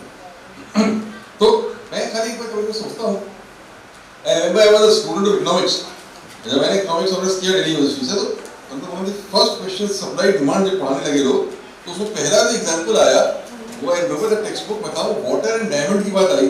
उन्होंने कहा why diamond is so expensive and why water is not expensive, there is no cost, उसमें माना कि water is not expensive, कोई चार्ज ही नहीं, तो उसको हमने ये सप्लाई डिमांड की बात बता दी कि तो abundant सप्लाई है वाटर का, तो इसलिए वो एक्सपेंसिव नहीं है, और डायमंड की सप्लाई कम है और डिमांड ज्यादा है, इसलिए डायमंड का प्राइस जो है वो इतना हाई है. अब मैं सोचता हूँ कितना मतलब वो थ्योरी कितनी एक तरीके से मिसप्लेस्ड हो गई, because of that we are thinking कि वाटर ऐसा सोर्स है जो भी खत्म होने वाला नहीं है, कि abundance है बिल्कुल, it is not so. Water supply जैसा अभी प्रोफेसर दत्ता ने बताया, ग्राउंड वाटर लेवल लगातार डाउन होता चला जा रहा है. Even in the city of Lucknow, any place in Lucknow you go the water supply level is going down each and every day, तो नीचे जा रहा है, सरफेस वाटर खत्म होता जा रहा है, रिवर्स डिसअपीयर हो रही है, रिवर्स कंटामिनेट हो रही है. Net result is now water supply बिल्कुल डिप्लीट होता चला जा रहा है. तो now water is the most scarce resource. अगर आप कहिएगा किसी चीज की वैल्यू सबसे ज्यादा देना चाहेंगे आज today society, apart from time, time की वैल्यू सबसे ज्यादा है, टाइम के बाद अगर नेक्स्ट वैल्यू मैं कहता हूं किसी चीज को देना चाहेंगे, it should be given to water, because water is life, no life can exist without water. और आप देखिए वाटर का क्या मतलब, जो बात मैंने कही ना कि आज red a very beautiful book in the author wrote that 10 years from now the world wars will be fought on water. उनने का पंजी और चीज पर लड़ाई नहीं होंगी कि आप सोचे कि किसी न्यूक्लियर वेपनरी को लेके हो रही है, या टेरिटरी को लेके हो रही है, या कोई और इशू को लेके हो रही है, टेररिज्म को लेके हो रही है, but the world Wars in the future will be fought on water. तो ये जब वाटर खत्म होना शुरू हो जाएगा तो एक दूसरे देश से एक दूसरे से लड़ाइयां इसी बात पे होंगी, पानी को लेके. आज भी डिस्प्यूट्स हो रही है, Cauvery water dispute you see between Tamil Nadu and Karnataka, it is one of the major issues between the two seas. Then between India and Bangladesh, between India and Nepal, जो है these are major issues of conflict every day because of water. Water becomes a major issue between them. So water today is an extremely scarce commodity, and so we must conserve it, preserve it, and become conscious of it. And what is the challenge and what we should do about it is very important on this World Environment Day. अपने experience से कुछ share करना चाहूँगा. एक तो बड़ा अच्छा experience मेरा इन्होंने आपको बताया हमारे राजेश जी ने. I was BM Agra in 92-93 जिस मैं स्टूडेंट आगरा.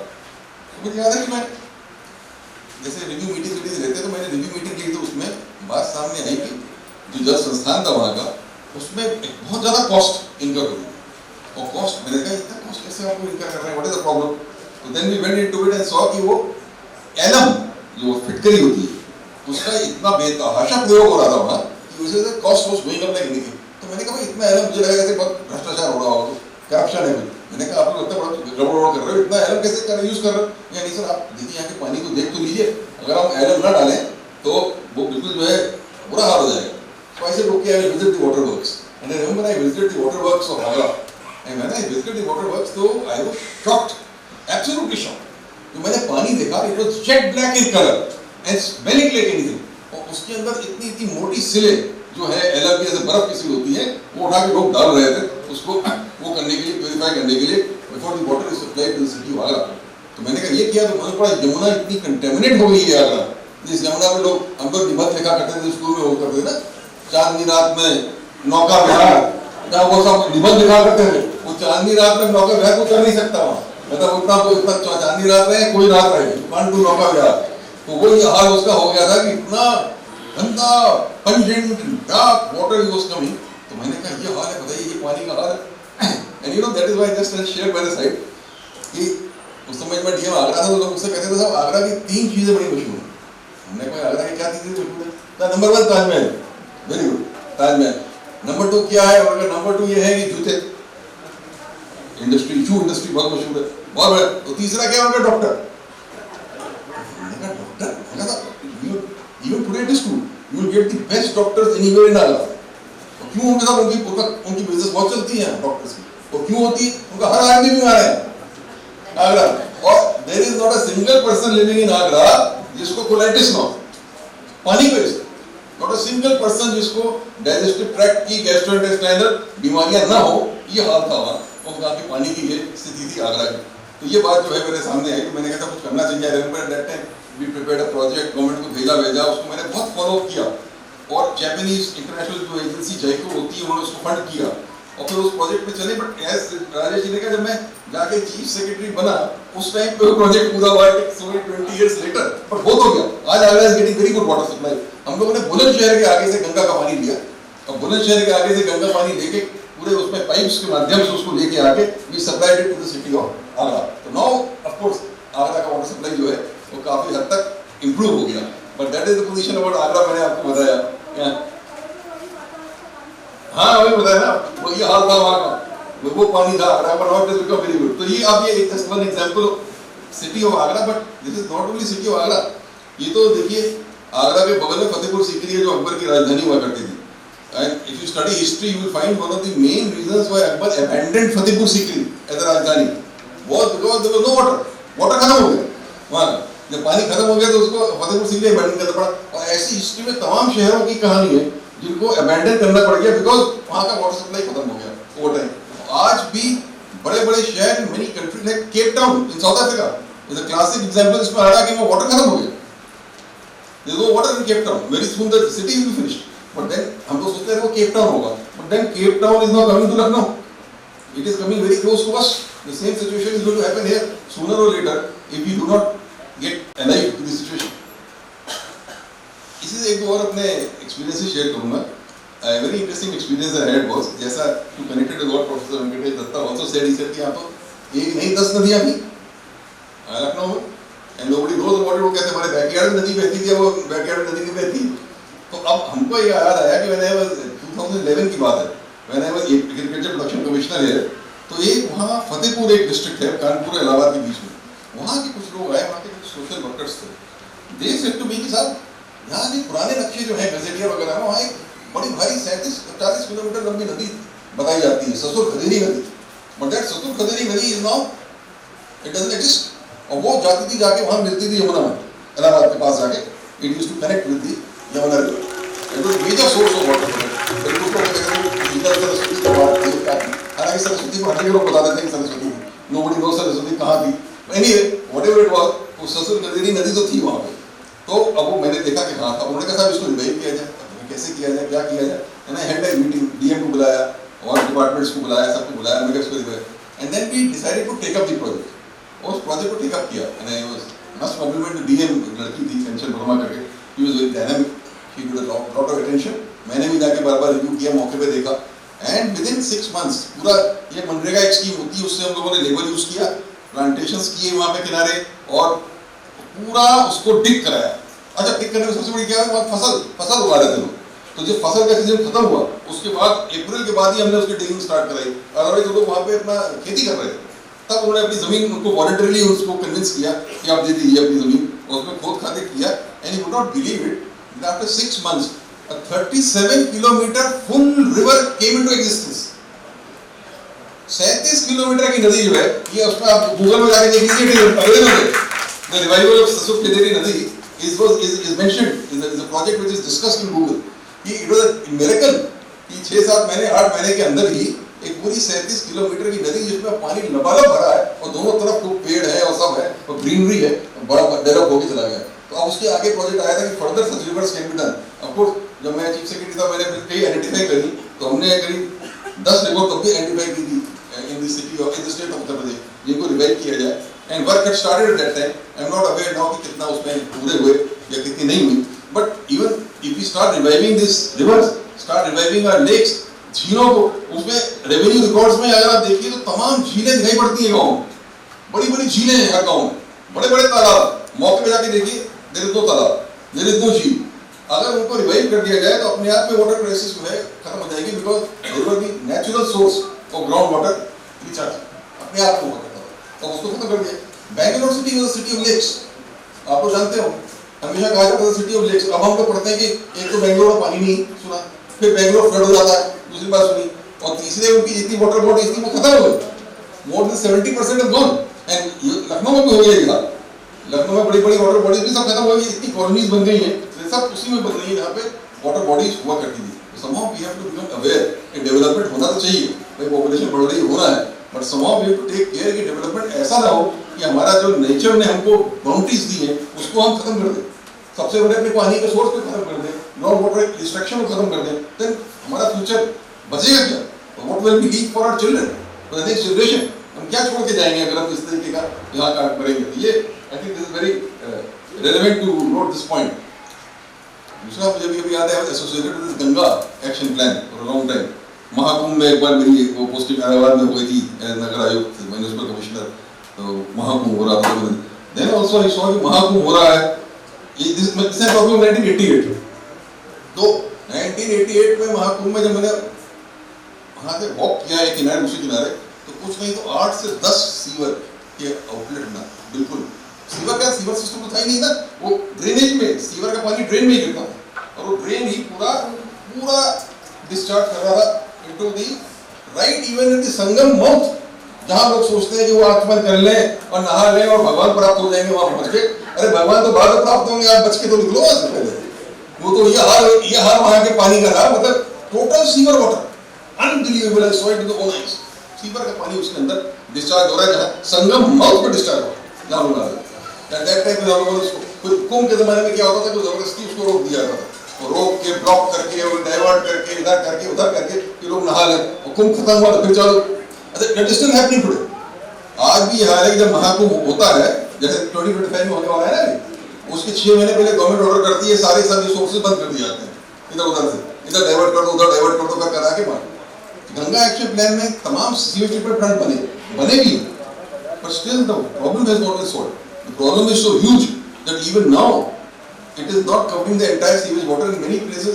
बनारस में, काशी जिसको कहते हैं, काशी में गिर रहा है पानी। If you see photograph of Kashi, आप वहाँ से रिवर पे अगर आप वो लेके चलिए, बोट लेके from one end एक घाट से दूसरे घाट पे ट्रैवल करिए, आपको दिखाई पड़ जाएंगे जो सीवर के या आउटलेट नाले जो हैं, they are discharging right into the river Ganges वहाँ पे एक का, और जहाँ पे हम होली है उसको होली रिवर हम समझते हैं, और जहाँ पे हम लोग जाते हैं नहाने, तो we are destroying a river। तो रिवर मरीन लाइफ खत्म हो रही है, फिश खत्म हो रही है, सब खत्म हो रहा है। This is what is happening, मतलब we are destroying the whole ecology, the whole system जो भगवान ने हमको दिया है उसको हम लोग डिस्ट्रॉय करते जा रहे हैं। इतना एफर्ट गवर्नमेंट ने किया भी है क्योंकि एक्शन प्लान में, पर अभी पूरी तरीके से क्या 50% भी सक्सेस इसमें नहीं मिल पाई। Come to Gomti next door जो आपके बगल में, जिसके बारे में वेंकट दत्ता जी ने बताया, इससे एसोसिएट रहा जो चीफ सेक्रेटरी थे, हम लोगों ने वो किया था ये गोमती रिवरफ्रंट डेवलपमेंट प्रोजेक्ट, जो आपने देखा होगा ना, है ना, ताज से आपको दिखता है, रेनेसा से दिखता है, वो जो रिवरफ्रंट का एरिया डेवलप हुआ, बहुत बढ़िया गार्डन बना है, वॉकिंग ट्रैक है, जॉगिंग ट्रैक है, साइकिलिंग ट्रैक है, so on and so fourth, और कुछ चैनलाइज किया गया गोमती को, सब किया गया। जब हम लोग ये प्रोजेक्ट बना रहे थे तो ऑल ऑफ अ सडन ये बात सामने आई कि इसमें 37 नाले हैं, 37 नाले जो सीधे गोमती नदी में गिर रहे हैं, और वो पूरे सीवर का पानी लेके गिर रहे हैं। इसलिए गोमती नदी के आसपास इतनी स्टिंक तो बदबू रहती थी कि गोमती नदी के आप पानी के बगल में हमने कहा रिवर फ्रंट बनाएंगे या टहलने कौन आएगा? कौन टहलने आएगा कि पानी से बदबू आती रहेगी? तो कौन वॉकिंग करेगा, कौन जॉगिंग करेगा, कौन साइकिलिंग करेगा? Who will sit here and have a picnic? Nobody will come. तो फिर उसके बाद जो 37 नाले रोके जाए और उसका एक इंटरसेप्टिंग ड्रेन डाली जाए और इंटरसेप्टिंग ड्रेन से ले जाके इसको 12 किलोमीटर दूर सारे नालों का पानी ले जाया जाए, वहाँ पे सीवेज ट्रीटमेंट प्लांट बना के उसको ट्रीट करके फिर वापस। वैसे कहते हैं कि नदी की सेल्फ क्लींसिंग प्रॉपर्टी होती है और 7-8 किलोमीटर के बाद जो है नदी अपने आप को क्लीन कर देती है। बट स्टिल जो सबसे ज़्यादा एरिया शहर का होता है उस एरिया में तो पॉल्यूशन जो है वो मैक्सिमम उसमें होता ही होता है। तो उसको फिर हम लोगों ने इंटरसेप्टिंग ड्रेन डाली, सब डाला, वो किया, काम हुआ। और हम लोगों का बड़ा ये इंटरेस्टिंग और एम्बिशियस प्रोजेक्ट था। Sometimes I feel very sad कि कभी कभी सरकार में कई अच्छी चीज़ कभी पॉलिटिकल रीजन से खत्म कर दी जाती है। अब वो क्योंकि वो एक पर्टिकुलर गवर्नमेंट का प्रोजेक्ट था तो नई गवर्नमेंट आई उसने उसको बंद कर दिया और जाँच हो गई। अब जाँच करते हैं तो जाँच होते होते अब जाँच ही हो रही है उसकी 7-8 साल हो गए जांच चलते चलते होल प्रोजेक्ट इज अबैंडन्ड। आपसे मैं शेयर करना चाहूंगा कि हमने एक उसमें फाउंटेन मंगाया था और फाउंटेन जो था वो फ्रांस से मंगाया था और फाउंटेन था वाटर शो के लिए और वाटर शो का वो फाउंटेन वो सपोज टू बी बेटर। अगर पता नहीं आप लोग अगर दुबई गए हो तो बुर्ज खलीफा में जो वाटर शो है उससे सेवरल टाइम्स बेटर था, सेवरल टाइम्स बेटर देन बुर्ज खलीफा वाटर शो और विद म्यूजिक एंड एवरीथिंग। वो बिल्कुल बदल सकता। हमने कहा अपने आप में ऐसा अट्रैक्शन हो जाएगा कि लोग लखनऊ आके रुकेंगे शाम को कि वो जाके वाटर शो देखें और गोमती रिवर फ्रंट पे जाएं। अब सरकार ने जांच वाली कहीं रेलवे के उस पर कहीं पड़ा हुआ है गोडाउन में सड़ गया होगा करोड़ों का प्रोजेक्ट। हाँ आपको चलिए आपको मजा भी नहीं वो कहीं सड़ा रहा होगा बिल्कुल अभी तक वो निकल नहीं रहा है। और गोमती रिवर फ्रंट का तो ये हाल हो गया अनफॉर्चुनेट कि अब वो बिजली का बिल नहीं पे कर पाए, सरकार ने बजट नहीं दिया। जब सरकार ने बजट नहीं दिया तो बिजली का बिल नहीं दिया तो बिजली कट गई। आपने देखा पहले साइड में बड़ी आकर्षक लाइटिंग हुआ करती थी, ब्यूटीफुल लाइटिंग, ब्रिज के नीचे भी लाइटिंग थी, साइड में लाइटिंग थी और वो सब बिजली सरकार ने बिल नहीं दिया तो बिजली कट गई। और जब बिजली काट दी पावर कॉर्पोरेशन ने तो उसके बाद ये हुआ कि अब रात में वहाँ जो लोग स्मैक पीते हैं वो बैठते हैं, जो लोग जुआ खेलते हैं वो बैठते हैं और जो वहाँ बैठ के शराब की बोतल लेके बैठते हैं वही बैठते हैं। कोई भला आदमी जो है उस गोमती रिवर फ्रंट के आसपास 6 बजे के बाद अब जाने की हिम्मत जो है आई डोंट थिंक वो कर सकता है, ना जाएगा। और दूसरी ये तो बात रही है और पानी में उतनी बदबू है जरा ज्यादा बदबू। तो हमने पता लगा हुआ क्या तो मालूम पड़ा कि वो जो हमने इंटरसेप्टिंग ड्रेन डाली थी जो 12 किलोमीटर दूर जाना था उसमें शायद आधा किलोमीटर में कोई इशू आ गया था बाद में। वो आधा किलोमीटर इशू जो है वो पिछले 2016 या 17 में मैंने रिक्वेस्ट किया था चार्ज तो लेके 24 तक वो उतना बनेंगे तो वो नाले अभी भी गोमती में गिरे still following it river Gomti. अब तो कभी-कभी मैं सोचता हूं ऐसे इंक्वायरी या जांच की जरूरत क्या कर लो जांच कोई बुराई नहीं है बट एटलीस्ट जो पब्लिक मनी जहां स्पेंड हुआ है that thing should be completed. ये तो एक रूल होना चाहिए, it is public money, it is nobody else's money, that project should be completed for the benefit of the people. भाई इंक्वायरी हो जाए इससे गलती की है करप्शन क्या है टांग दो भाई, एक्शन ले लो, कोई प्रॉब्लम नहीं, there nothing wrong with it if somebody has done something wrong but don't waste public money. लेकिन ये गोमती तो मुझे बड़ा दुख होता है, एक बड़ा ब्यूटीफुल प्रोजेक्ट इसमें ये था बाद में जैसे रिवर क्रूजेस चलेंगे सब प्लान थे हमारे, रिवर क्रूजेस में कथक का नृत्य होगा, गजलें गाई जाएंगी, लोग बैठेंगे शाम को वहाँ पर खाना पीना होगा, चाट खाएंगे, बैठे रहे इधर से उधर 10-10 किलोमीटर की क्रूज चलेंगे। The whole project is finished, gone it for nothing. अगर ये सब होता ना इससे क्या होता है अवेयरनेस बढ़ती है, people become aware of conserving resources, water के बारे में, रिवर के बारे में एक कनेक्ट बनता है रिवर से, ये बनता है जो कनेक्ट बनता है तो लोग उसको प्रिजर्व करने चलते हैं। This something I want to share. आपने बताया ग्राउंड वाटर एक्सट्रैक्शन का, वही मैंने बिल्कुल ये भी बहुत अच्छी बात बताई कि मैं नगर विकास का प्रमुख सचिव था जब आप कह रहे थे मेरी मुलाकात आपसे हुई थी, आप बता रहे हैं उस समय हम लोगों ने पता लगाया था कि भाई ग्राउंड वाटर एक्सट्रैक्शन बहुत हो रहा है इन लखनऊ और ये एक ग्राउंड वाटर एक्ट बनाया था कि भाई इसमें ये जो लोग अपने अपने घर में प्राइवेट बोरिंग करते हैं ना इसको लाइसेंस कर दिया जाए कि बिना लाइसेंस लिए हुए फ्रॉम दी जल संस्थान कोई बोरिंग नहीं कर पाएगा और उसके चार्जेस उसमें जमा कराएगा। You know we could not get that act passed in the assembly क्योंकि वो उसमें वहाँ पे ऑपोजिशन अपोज कर दिया लोगों ने कहा तो विरोध हो जाएगा, लखनऊ शहर के लोग विरोध कर देंगे इसका क्योंकि हर घर में बोरिंग है, हर जगह लोगों ने बोरिंग करता कि जहाँ आपने कहा लाइसेंस दिया जाएगा, चार्ज दिया जाएगा, लोग उस पर रिएक्ट कर जाएंगे। तो वो ग्राउंड वाटर एक्ट उसमें इम्प्लीमेंटिंग हुआ है इज राइट 2019 में जाके, I don't know whether it is exactly in that form और different form but ground water act of some kind was passed in 2019। लेकिन आज भी हर घर में बोरिंग है, छोटे छोटे जो झोपड़ी में रह रहा है वही बोरिंग कर रहा है और बोरिंग से पानी ले रहा है। इतना जबरदस्त एक्सट्रैक्शन हो रहा है ग्राउंड वाटर और जो ऊपर से पानी नीचे जाना चाहिए, वो तो जा नहीं रहा है। तो सिंपल प्रिंसिपल है ना, जितना एक्सट्रैक्ट करिए उससे ज्यादा नीचे तो डालिए ना, इट इज मैथमेटिकल बात है, वो जा नहीं रहा है। बल्कि मैं डिस्कस कर रहा था राजेश से, उधर मुझे बुलाने आए कि I got to know, I am not an engineer but I got to know from engineers only, उन्होंने मुझे बताया कि साहब ये जो हम लोग पेमेंट बनाते हैं, वो पेमेंट ऐसा बनाते हैं कि कोई वाटर अंदर जा ही नहीं पाता है, इसकी डिजाइन ऐसी, और जो इंटरलॉकिंग बन जाती है, वो इंटरलॉकिंग का असर ये होता है, आइडिया जो है जब बारिश हो तो पानी नीचे जाए, वो पानी नीचे जाता ही नहीं, there is no way for the water to go inside. तो therefore जिस तरीके से हमने अपने टेक्नोलॉजी से अपनी डेवलपमेंट करा है, वो इस तरीके से कर दिया कि ग्राउंड वाटर रिचार्ज हो ही नहीं रहा, नहीं हो रहा है, तो this kind of position will happen. और जैसे मैंने बताया, even in rural area, over exploited blocks, critical blocks, exploited blocks, तीन अलग-अलग कैटेगरी में थे, and I used to monitor it. मुझे याद है कि उस जमाने में मुझे याद था, पहले 821 में से 100 या कुछ ब्लॉक थे क्रिटिकल, उसके बाद 150 क्रिटिकल हो गए, उसके बाद 200 क्रिटिकल हो गए, मतलब the number of critical and over exploited blocks was increasing every year. जहाँ पे हम लोग क्या करते थे कि हाँ हमको नया ट्यूबवेल नहीं लगेगा, कोई नई बोरिंग नहीं होगी, ये but they were just kind of fire fighting measures. The real thing was कि हो क्यों रहा है? अच्छा उसका सोल्यूशन ये निकला कि साहब रेन वाटर इतना आता है, उसको हम रोक ही नहीं पाते, सारा बह के वो निकल जाता है। फिर चक डैम बनाने वाली योजना आई गई, चक डैम बनाए जाए देहात में, उससे रोका जाए उस पानी को, छोटे छोटे पानी को बनाए जाए, उससे वाटर लेवल रिचार्ज हो, वो उस प्रोजेक्ट से काफी कुछ थोड़ी बहुत मदद मिली। Some blocks got revived, some did not get revived, और उससे बड़ा असर वहाँ की खेती पे पड़ा, वहाँ की लाइफस्टाइल पे पड़ा, वहाँ की सब कुछ पे पड़ा। तो हैंडपंप जहाँ जहाँ लोगों ने गाँव में दिए, वाटर लेवल इतना नीचे चला गया कि more than 400 handpumps of UP specially district like Ballia and Lakhimpur Kheri I remember, arsenic आ गया नीचे से, आर्सेनिक का पानी एक्सट्रैक्ट हो रहा था, लोग बीमार होने लगे पूरी तरीके से। जब बीमार होने लगे तो उसको चेक किया गया, मामला क्या, तो आर्सेनिक इज पॉइजन। वो ऐसे लेवल पे पहुंच गया था नीचे जाते जाते एक्सट्रैक्शन के लिए कि वहां पे आर्सेनिक, उसको बंद करने पड़े सारे हैंडपंप, लाल निशान लगाना पड़ा था हैंडपंप पे कि इसमें आर्सेनिक है, इसको कोई इस्तेमाल न करे, कोई उसमें कराते हुए। उन्नाव में आप चले जाइए, बगल में there are some villages in Unnao, जहाँ पे वहाँ पे ऐसे करके लोगों के हाथ हो जाते हैं, आई don't no whether you seen it, लोगों के हाथ ट्विस्ट होके हड्डियां इस तरीके की हो जाती है, सब यूं करके हाथ की और पैर की, और उसका रीजन है वाटर। वाटर में क्या फ्लोराइड्स होती है वाटर में, जिसकी वजह से ये सिचुएशन यहाँ हो रही है। एंड मोरओवर उसी के आसपास के एरिया में टैनरीज है, वो टैनरीज को कहा गया था कि आप अपना जो डिस्चार्ज वाटर है उसको आप ट्रीट करिए, और ट्रीट करके ही आप ले जाके डालिएगा नहीं, वो सब कॉस्ट बचाने के लिए जो टैनरी वाले होते हैं वो ट्रीट ना करते हुए सीधे उसको जमीन के नीचे डाल देते हैं, जमीन के नीचे डाल देते हैं, जाके पूरा ग्राउंड वाटर को कंटामिनेट कर रहा है इन अ मैसिव स्केल। तो this is what is happening, we are destroying what nature has given to us. तो आज पर्यावरण दिवस के दिन कम से कम ये तो हम लोग को जागरूक होना पड़ेगा कि जो पानी है वो बहुत बड़ी समस्या है।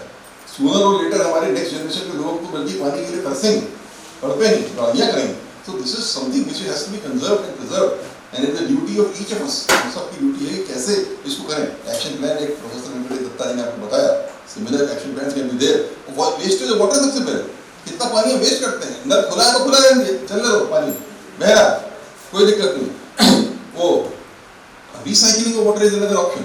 मैं सिंगापुर गया था तो वो तो रिसाइकल करके पानी पी रहे थे वहाँ, बल्कि हमको पिलाया, हमने कहा नहीं ये नहीं पिएंगे पानी, उनका कहा पीजिए तो सीवर का पानी को रिचार्ज करके वो बता भी रहे थे कि दिस इज सीवर वाटर, ये सीवर, उसको जीरो कहते थे, कुछ कहते थे पता नहीं, we used to call it zero for some strange reason. वो वाटर में था, उन्होंने कहा था दिस इज प्योर वाटर, वो साफ दिख रहा था, हम जैसे पीने का कहने के सीवर वाटर हमने कहा अभी मन नहीं कर रहा जरा पीने का, पर पॉइंट ये था कि उसमें ना कोई स्मेल थी ना कुछ थी, actually they are using that water even to drink water, to that extent they are recycling and reusing the water। यदि हम पानी पिए ना कम से कम, पर रिसाइकल रीयूज जितने जैसे गैरेजेस में यूज होता है पानी, ऑटोमोबाइल वॉशिंग में, that can all be used from recycling and reuse। जैसे पार्कों में पानी यूज होता है, उसके लिए बहुत से ऐसे देश हैं जिसमें अलग से पाइपलाइन डाली गई है कि पानी को रिसाइकल करके उस पर जाएगा, उससे आपके पार्क्स और गार्डन्स की जो पानी आप डालेंगे वो ड्रिंकिंग वाटर ना जाके वो रीयूज और रिसाइकल वाटर ही को यूज करेंगे आप उसमें सिंचाई करने के लिए। तो this is very very main. सबसे बड़ी बात तो ये कि एक एक बूंद पानी के लिए हमें समझना चाहिए। खेती का आपने बताया, आज जबरदस्ती वाटर गस्टिंग क्रॉप्स हम लोग उगा रहे हैं। कहानी पंजाब की है, ये देखिए पंजाब में सारा पानी नीचे चला गया, राइस वहाँ सूटेबल क्रॉप नहीं है, वहाँ ग्रो किया जाता है, वाटर गस्टिंग क्रॉप है, और उसमें भी भर दिया जाता है पानी। जैसे उन्होंने कहा ना कि इरिगेशन, और वो इरिगेशन होना चाहिए, वो कुछ नहीं होता वहाँ, तो जब डाल दिया जितना पानी डाल दिया इस्तेमाल हो रहा है, कैसे इस्तेमाल हो रहा है, that is the kind of situation that is happening. Now we have to all become conscious of this. कुछ करना चाहिए इसको बचाने के लिए. बहुत अच्छा है इस तरीके की जागरूकता की आज सेमिनार दिया गया. राजनीति से कुछ मिनट्स बना दीजिएगा. आपकी संस्था अभिव्यक्ति की तरफ से इसको शासन को भेजिए. ये हमारे सुझाव हैं. This what you will act upon. शासन से चाहिए तो आपके एक डेलीगेशन जाके मिल सकता है. I can help you. Meeting में अरेंज करा दूंगा. जाके उन लोगों को बताइए, कहिए. तो एक कुछ इस पे चर्चा तो निरंतर होती रहनी चाहिए. Solutions will be found only if we become conscious of the problem and can do it. So we must do that. आज पर्यावरण दिवस के दिन पे बहुत अच्छी टॉपिक आप लोगों ने करी. व्यक्ति को मैं धन्यवाद दूंगा और ये बहुत अच्छी ऑडियंस है जिन्होंने वाटर जैसी टॉपिक के बारे में इतने ध्यान से सुना.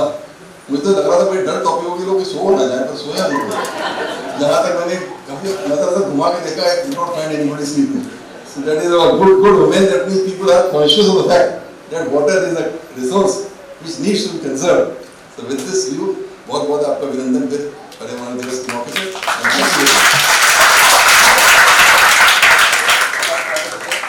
मैं श्री प्रदीप श्रीवास्तव जी और उपाध्यक्ष श्री राजेश कुमार अग्रवाल जी से निवेदन करती हूँ कि वो हमारे आज के मुख्य अतिथि को और मुख्य वक्ता को सम्मान निवेदित करें.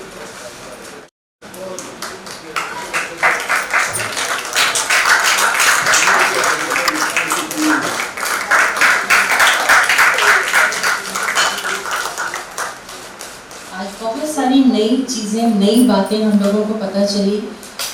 ये सच है कि आज हमारे पास पैसा है पर संसाधन हमारे नहीं है, उस पर सबका अधिकार है. तो पानी की बर्बादी, इससे बड़ा क्राइम कुछ भी नहीं है.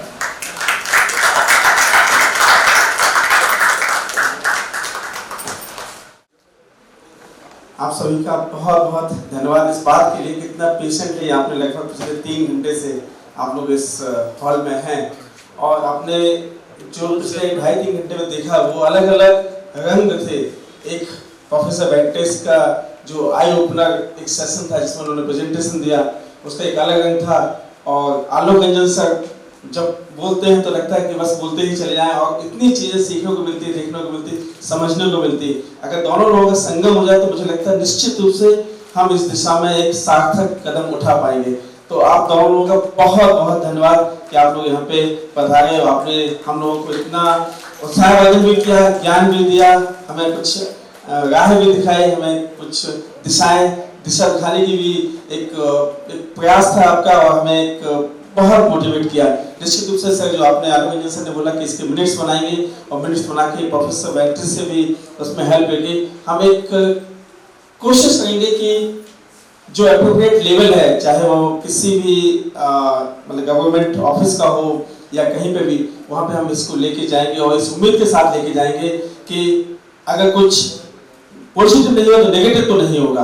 और मुझे लगता है ये छोटी सी जो कोशिशें हैं वो निश्चित रूप से कहीं ना कहीं हमको उस लेवल पर पहुंचाएंगे. आप सभी लोगों का बहुत धन्यवाद. आप सभी लोग आए हमारे दर्शक, और मैं उस चीज़ के लिए क्षमा मांगता हूँ. हमारे दर्शक हैं जो पूछना चाहते थे, मैं उनसे गुजारिश करूँगा, रिक्वेस्ट करूँगा कि जब यहाँ से बाहर हम लोग कुछ देर के लिए इकट्ठे होंगे तब वो 1-to-1 क्वेश्चन पूछ सकते हैं. चूँकि इस समय की अपनी सीमाएं हैं, कुछ हमारी कोशिश होती है. मैंने राकेश मित्तल सर से बहुत कुछ सीखा है, समय के लिए बहुत कुछ सीखा है कि समय पर कार्यक्रम शुरू होना चाहिए, समय पर समाप्त होना चाहिए, तो लोगों का इंटरेस्ट बना रहता है. नहीं तो लोग कुछ समय के बाद घड़ियाँ देखने लगते हैं कि अच्छा टाइम हो गया, तो फिर वो इंटरेस्ट खत्म होने लगता है. एनीवे, आप सभी लोगों का, मीडिया कर्मियों का, जितने भी हमारे गेस्ट यहाँ पे आए हैं, जितने भी अलग अलग सोसाइटी से लोग आए हैं, शायद यहाँ पे वाटर एड इंडिया के भी कुछ लोग होंगे, यहाँ पे गोमती ये ग्राउंड वाटर एक्शन ग्रुप के भी कुछ लोग होंगे. आप सभी लोगों का अभिव्यक्ति की तरफ से बहुत धन्यवाद.